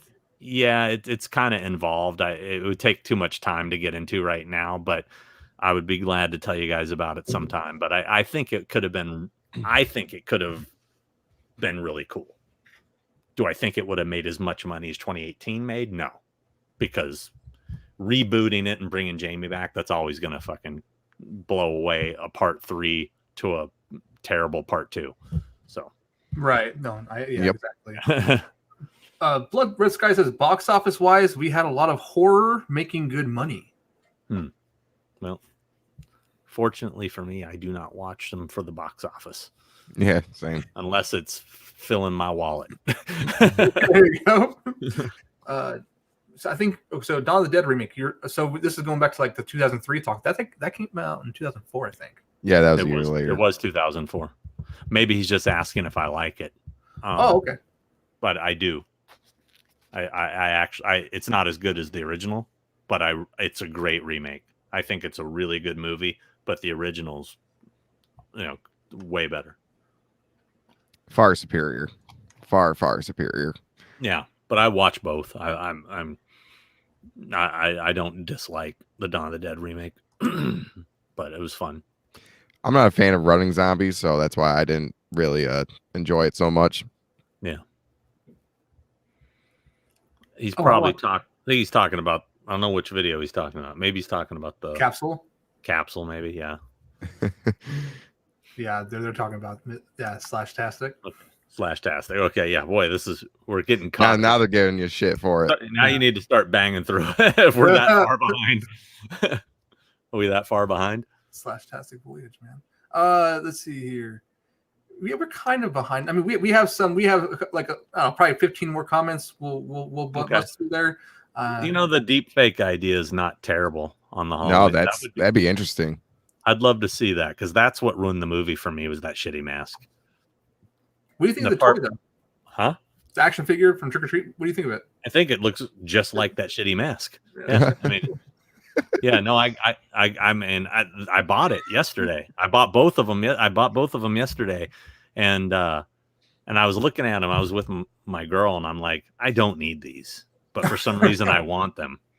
And I bought that. What was the company that did that Part 6 doll? That's really cool. 3-0 39 or something. There's 3-0. Yeah, it was some weird. Yeah, I got that. That thing's sick. Yeah, it's good. It's good. And I kind of felt like, well, I've got like 10,000 Part 1 and Part 2 versions. I kind of feel like I need a 4 and 5 now. I don't know why. And I actually told that one customs person they had offered to make me something, and then they never did. If you guys are watching, what the fuck? But I had said I wanted an H2O, a Durant, like a Winston. I like their Winston H2O that they did. I saw it and I was like, that's fucking dope. Looks just like it. I wouldn't mind having one of those. I think they actually do it where they have both masks too. You can change it to the KMB. Ooh, so, really? Yeah, I'd love one of those. I've never heard you talk about Nightmare on Elm Street or Friday the 13th. Really? I talk about it a lot. You need to watch the podcast, Thing with Two Heads, bro. We actually ranked the whole Elm Street franchise with Piggy D from Rob Zombie. Come on. Friday the 13th, I think we did our ranking. It wasn't an official episode. We just talked about it one day. Are you into any of the Fulci Argento films? Not a big fan. I mean, I like some of them, but for some reason, the Italian movies, they're a little too Italian. I don't know. Yeah, I agree, man. I don't know. Halloween 3 collectibles. I have a screen used pumpkin from Halloween 3. How's the shape? Is it perfect? Perfect. Are they vinyl or are they actual latex? That's latex. The only one that was vinyl was the skull. Oh, the red was it the red one? Red one? What are you talking about? The red skull? No, the white, the one from the movie that you see in the movie. What are you talking about? Oh, okay. Okay, never mind. Halloween 3. So 3 more days. All that one. Yeah, the skull was vinyl, and the witch and the pumpkin were latex. And I also, from Part 3, I have a crew mug that Tommy Walsh gave me. It has the pumpkin on one side, the silver shamrock logo on the other, and it has a message from him written on the side. It's part of the casting of the mug. It says, like, thanking the crew and his signature. I do have that. Oh, wait, I didn't see that last one. Oh, my bad. Yep. I was wondering if Sean attended all the Walker Stock conventions. I went to a few in Boston back. I wonder if I was at almost all of them. I think I did miss a couple. I might have missed one of the Bostons, but since I work with Norman Reedus and a lot of the Walking Dead people, I was at almost all those Walker Stalker shows. And even though they're gone and they screwed us for a ton of money at the end, they were some of the most fun I ever had, especially the cruises. Those were a blast. The Walker Stalker cruises were so much fun. 4 years in a row of total debauchery. Those were great. I can imagine, man. Dude, on a cruise ship with unlimited food and alcohol and anything you wanted, it was crazy. Those were fun. A lot of fun. No, I haven't, but I'm a big fan of the Evil Dead remake. He was the Evil Dead director, right? Didn't he? Wasn't Fede Alvarez the guy directing? I think so. Let me double check before I misquote it. Otherwise, I don't know who you're talking about. Let's see. I think that's who he's talking about. The remake one? Yeah. Oh, yeah. That's who he's talking about. Yes. Yeah. I've never met him, but I really like the Evil Dead remake. I used to cater smoked barbecue for Toby Hooper. 10 conventions, Antonio. Oh yeah, no. Toby was such a nice guy. I had the pleasure of working with him on the. Believe it or not, I don't know why. I had nothing to do with this. I just was asked to do it.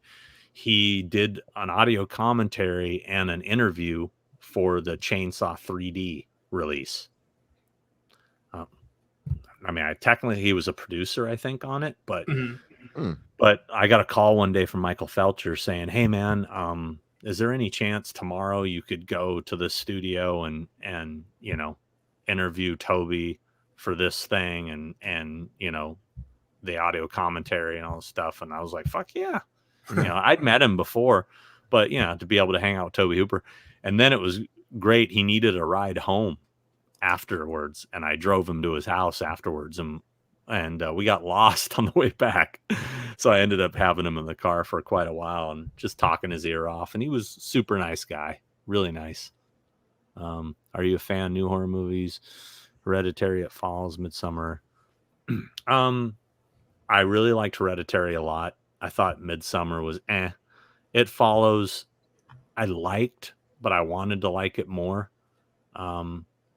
But to be honest with you, there aren't too many new horror films I really dig. But I did really like Hereditary. I did.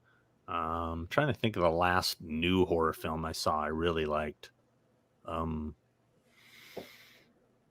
liked. I just watched the Wrong Turn remake. It was entertaining.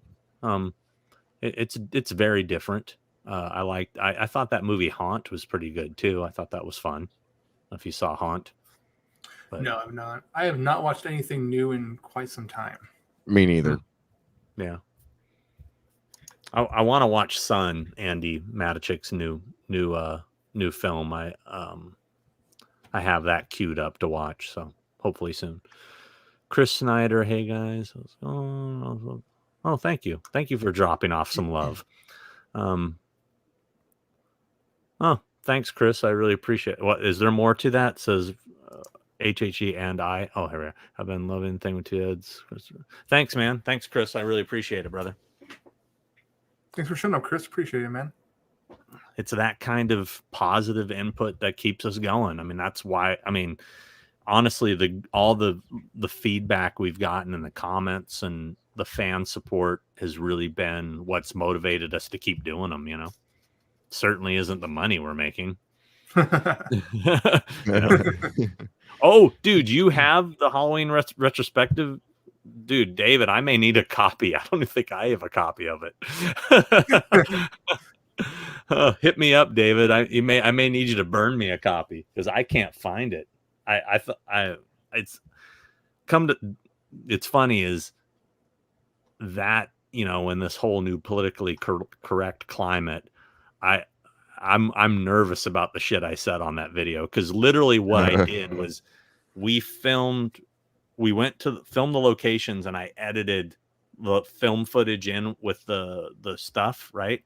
And then me and my buddy sat down, fucking ate pizza and drank beer and did literally like did an audio commentary over it.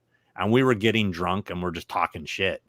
And I don't know what I said. I mean, dude, that was like 1994. God only knows what kind of stupid shit this 24-year-old Sean said, you know. It's probably stuff that could get me canceled. But I don't know. It makes me nervous to even think about that. Damn, dude. Actually, Dave, burn that video. Don't burn me a copy. Literally burn it. Let it Smash burn. it.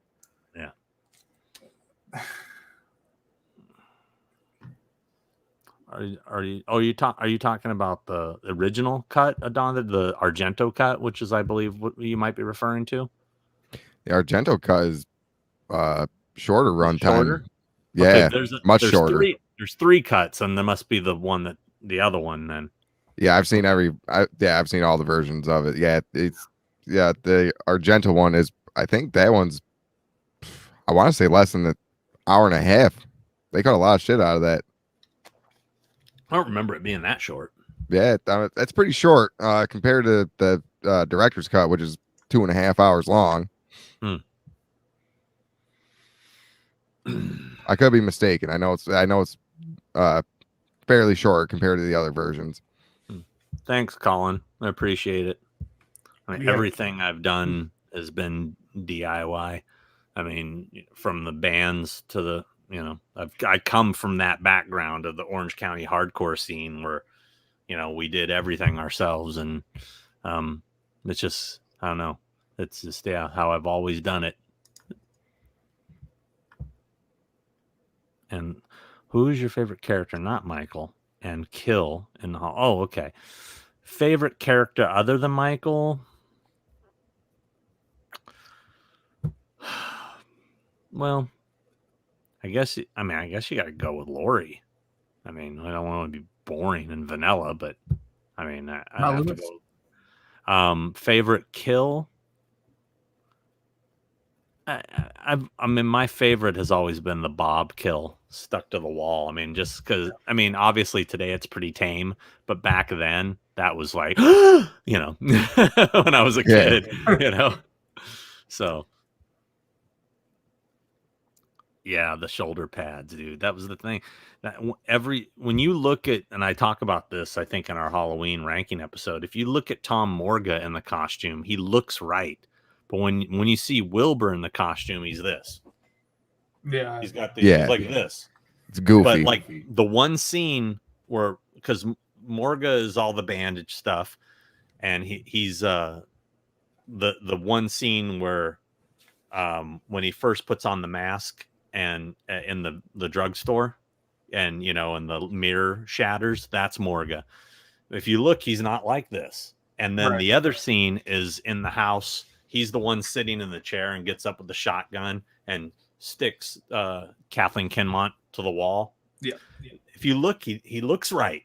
He doesn't have the fucking shoulders up here. He just looks so terrible with Wilbur with the shoulders. No offense. I like George. He's a good guy.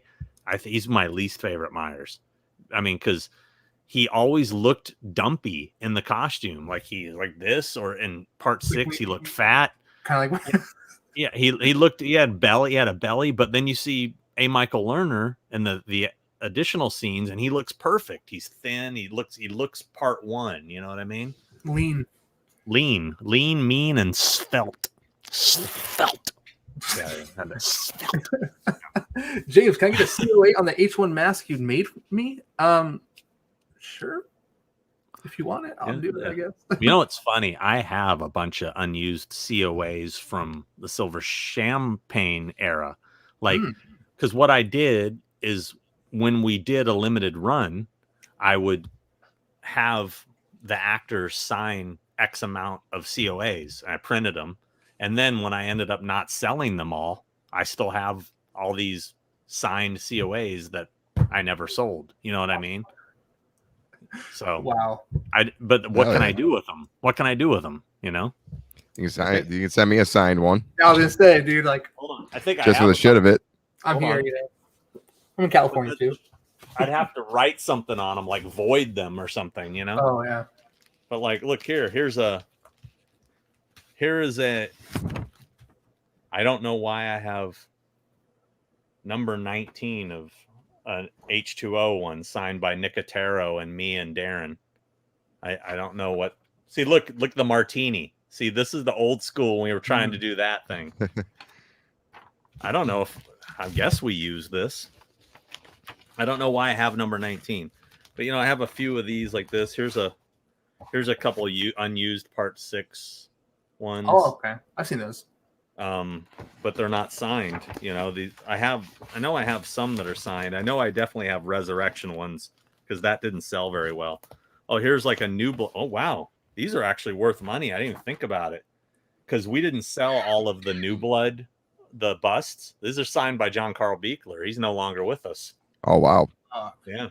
So I have a bunch of these. I got some George Wilburs too. Fuck, I didn't realize I had all these. I knew where they were. I just haven't looked at them. Like here's some Wilbur, certificates. Wow. Damn. Yeah, that's cool, man. That's the thing. I had them all pre-sign them, and then as we sold them, I sent them out. Here's some Brad Laurie's, Resurrections.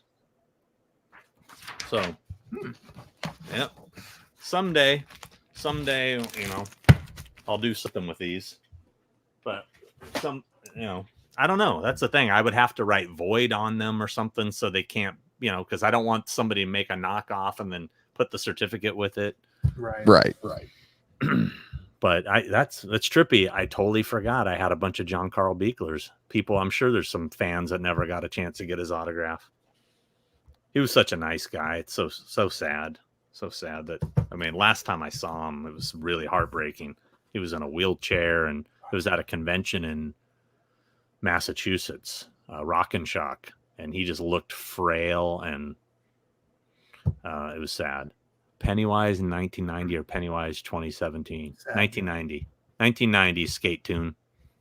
And I'm only saying that because that's when I saw them, was back then. I haven't really followed them, but I liked them back. I saw a really cool concert with them at the Coconut Teaser in Hollywood, and they all dressed up like fluorescent body paint and did a completely Misfits cover set. It was really cool. Hey, Horror Man. Thank you. Well, thank you, Horror Man 82. So for the most part, I went through a majority of these. Okay. Yeah, I know we've been doing this for almost 3 hours. I immediately got off work and did this, and now I gotta play Daddy because got my. I'm not into that, dude. Just so you know. I appreciate the offer, but I'm gonna decline on the you playing Daddy thing. Oh yeah. In fact, I probably should go. Oh, you're got real weird. Thanks a lot, James. Got real weird, man. Shit, this was going so good till that part. I worded it blew it. weird. I was so blew it, man. This was going so good, man. Yeah. No, it was fun, guys. I appreciate it. Thanks for everybody who contributed with the questions and whatnot. Yeah. And let's do it again sometime. Not for 3 hours next time. Let's do like 2.5. Let's do 2.5. It's not get crazy. It's not get crazy. And let's not bring up the weird sex fantasies either. Okay, James? Yeah, come on, James. Yeah. Completely fucking embarrassing us here, man. You guys are killing me. Okay, dude. I'm into weird shit too. It's all right, dude. It's okay. Not that weird, but it's okay. I don't judge. You're gonna get a whole new fan base. Trust me. See what you fucking did, James. Good going. Damn. Yeah. Start calling your fans James's kids. You're all my children now. Yeah, you're all my children. Here comes James Daddy. Sean, thank you so much, man. Like for taking 3 hours out of your day to spend this with us, them. I clearly have nothing better going on. Well, thank you. No, I was actually really looking forward to this. It was fun, guys. I love talking all this crap, nerdy Halloween horror mask stuff. This is my life. Same. I love it. And it was a pleasure. I really appreciate it. Hell yeah. Thank you, man. Absolutely. And if you guys get bored of this weird daddy talk, you can always tune into my YouTube channel, Malfunction, Thing with Two Heads, Horror Solid Grounds. We don't do any weird sex shit over there. It's just all, just saying. It's all good, clean family fun. Listen, don't lump me in with the weird shit. Okay, I'm just the co-host. Whatever James does, that's on his own accord, man. All right, I'm just trying to fucking live over here. What you two do when I'm off is your business. No, there is no we two. There's only just James. What? There's not we? Not the we two on this podcast. On this podcast, there is we, but too? when it comes to your weird shit, there is no we. I'm sorry. So you to got break a that to kid, you. James? Yeah, I do. How old's your kid? 8. She'll be 9 in August. It's weird. It's when you get my age and you see guys like you who are clearly younger than me, I always think of everybody as being like kids. It's hard for me to think of you as a dad. It's weird. It's just it's sadly what happens when you turn into a dinosaur like me. So well, I'm getting there, man. I'm in my 30s, so. How old are you? I'll be 32 next month. I wasn't talking to you, James. Oh, okay. I'll be 27 in July. Okay, so you're the young buck here. Okay. Yep. Wow. Well, enjoy it, man. As it goes by like that. I remember when I was I remember when I was your age. No, I do, man. That shit goes by quick. Like you fucking wake up and you're like, holy shit, I'm 50. I'm fucking 50, guys. I mean, it's been fun. Yeah, I feel that. You don't feel that. I feel that. I mean, not your level, no, but time definitely is going by quick. I feel like for sure. Yeah. Nah, it's weird. As you get older, man, it goes by quicker. It's a trip. It's I don't want to get all like melancholy here and shit. Yeah, but yeah, it's okay. It's weird. It's weird, man. It's weird. And the thing, I'll end this on a real fucked up, like morbid thought. Damn. Is the shit I think about as I get older is like, Halloween, like Star Wars probably is going to keep going beyond our years. And that shit fucks with my head to think there's going to be a Halloween movie I don't get to see. There's going to be a Star Wars I won't get to see. That sucks. You know what I mean? Yeah. Because that shit will keep going, It it will. You're not wrong, though. You're not wrong. Thanks for putting that thought in my head now. It's fucked up to think about, right? Isn't it? It is, though. It is. Yeah. Now that stuff bums me out. It's like when I start looking around at my, because, people are like, dude, you got the fucking dopest collection, blah, blah, blah. And it's like, yeah, but all this shit is going to be somebody else's eventually. Yeah. All that shit. I think of that stuff James, too. You ain't taking that with you.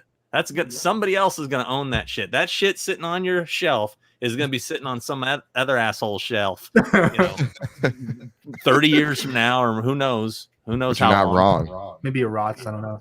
Doesn't that suck, though? It sucks. Yeah. Anyway. Oh, well. Anyway. Cheer up, everybody. Yep. We're all going to die. Good night. That's right. Brought us down. No, thanks, man. All right. Anyway, thanks again, guys. Appreciate it. And thank you, man. Thank you. Talk to you guys on the interwebs, on the many interwebs. Yes, Sounds good, man. We will. All right. See you guys. See you, man. Take care. Right. Bye. See you. All right. So, guys, I'm going to go here in a moment, but awesome having him on. Awesome getting to know him. He's just such a fucking stand-up dude and so awesome. And I was so fucking nervous before this. Like, I was like, oh, man, I really hope we don't fuck this. And it went so smoothly. It went smoother than I thought. I was like, it's exactly how I wanted it to fucking go. And it was great. Even the daddy talk. Yeah, that was good. That was great. It was an accident. I fumbled my words. You got turned around on you real fucking quick, but it's okay, man. We all knew what you meant. Yeah, I know. No, that was great, man. Like, Sean's a really nice guy. I feel like he inspires a lot of people with YouTube, people who want to go to these locations, people who want to collect. He's a big inspiration for a lot of us, watching this now and talking to him today. Yeah, man. It was really nice getting to know him. Yeah. It's cool, man. Got to do that again. Not 2.5 hours. Or not 3 hours, though. Did you see that Saturday, I guess, the plan that Chris Morgan had completely turned around for the watch along? Yeah, I think that's going to be another time. This Saturday is going to be a potential... and we're going to be attending that shit. Yeah, it's going to be pretty good. Yeah. Your favorite assholes with opinions are going to be on Chris Morgan's podcast for season 3 premiere, which is if nobody else has heard it, it's kind of it's an emergency one. If you want to, you can read up into it. I'm not gonna go away at it, but I'm just plugging him in for his thing. Yeah, it's gonna be real fucking interesting for sure. I mean, I'm gonna say, Skate. I'll get to your thing in a moment. I don't think the other person's gonna show up.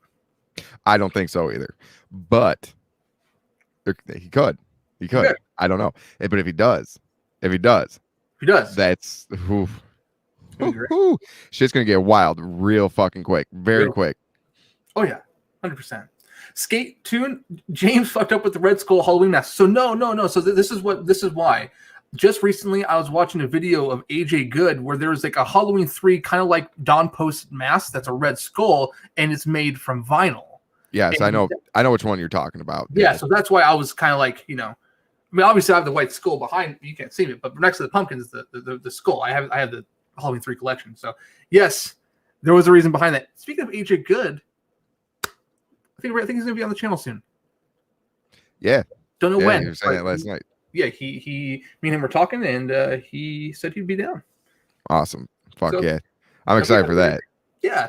I think we're gonna have like an artist corner, a collector's corner kind of like thing, and a little bit of everything in between, and obviously we're gonna have to continue doing our opinionated asshole-esque type shenanigans, but the way it's going, I like where it's been going. I like this kind of talk show kind of thing. It's nice. It's good. It's not scripted, and it's like the conversations just carry themselves. They're not forced. They just go as it goes. Yeah, it's all fun, man. Like I have a good time every time. Me too. Today was an amazing time. Super excited. Thanks again, Sean, if you're somehow watching this. I don't know why you would, because you were here for 3 hours with us, but thanks again, man. Appreciate it. Hell yeah. Well, guys, I am going to be a parent. There you go. Yeah, I gotta take a killer fucking piss. That's for sure. After sitting here for 3 hours. Yeah. All right, guys. Thank you so much for being here. We're gonna put this to a close. Thank you everyone for showing up. A lot of you came out. Thanks everyone for the super chats. I'm sorry if I didn't get to your question. They were just fucking going away, man. It's off the chart. For those of you on Facebook, there's no way for me to put your comment on the screen. It's only attached to YouTube. A lot of people didn't really put much down on Facebook besides like Joel and Dallas. I mean, there's an L, but that was about it. There really wasn't that much activity. We had more activity on your channel than Facebook, from what I noticed. Okay, that's totally cool. Well, guys, once again, thank you so much. He's gonna go use the bathroom. I'm gonna be doing my thing. Catch you guys in the next video. We'll keep you updated. It looks like Scream 2 is going to be going down this Saturday. Yep. We'll keep you updated. Hell yeah. Until next time, we'll catch you later. Thanks for watching Assholes with Opinions. We'll catch you in the next video. See you later. See ya.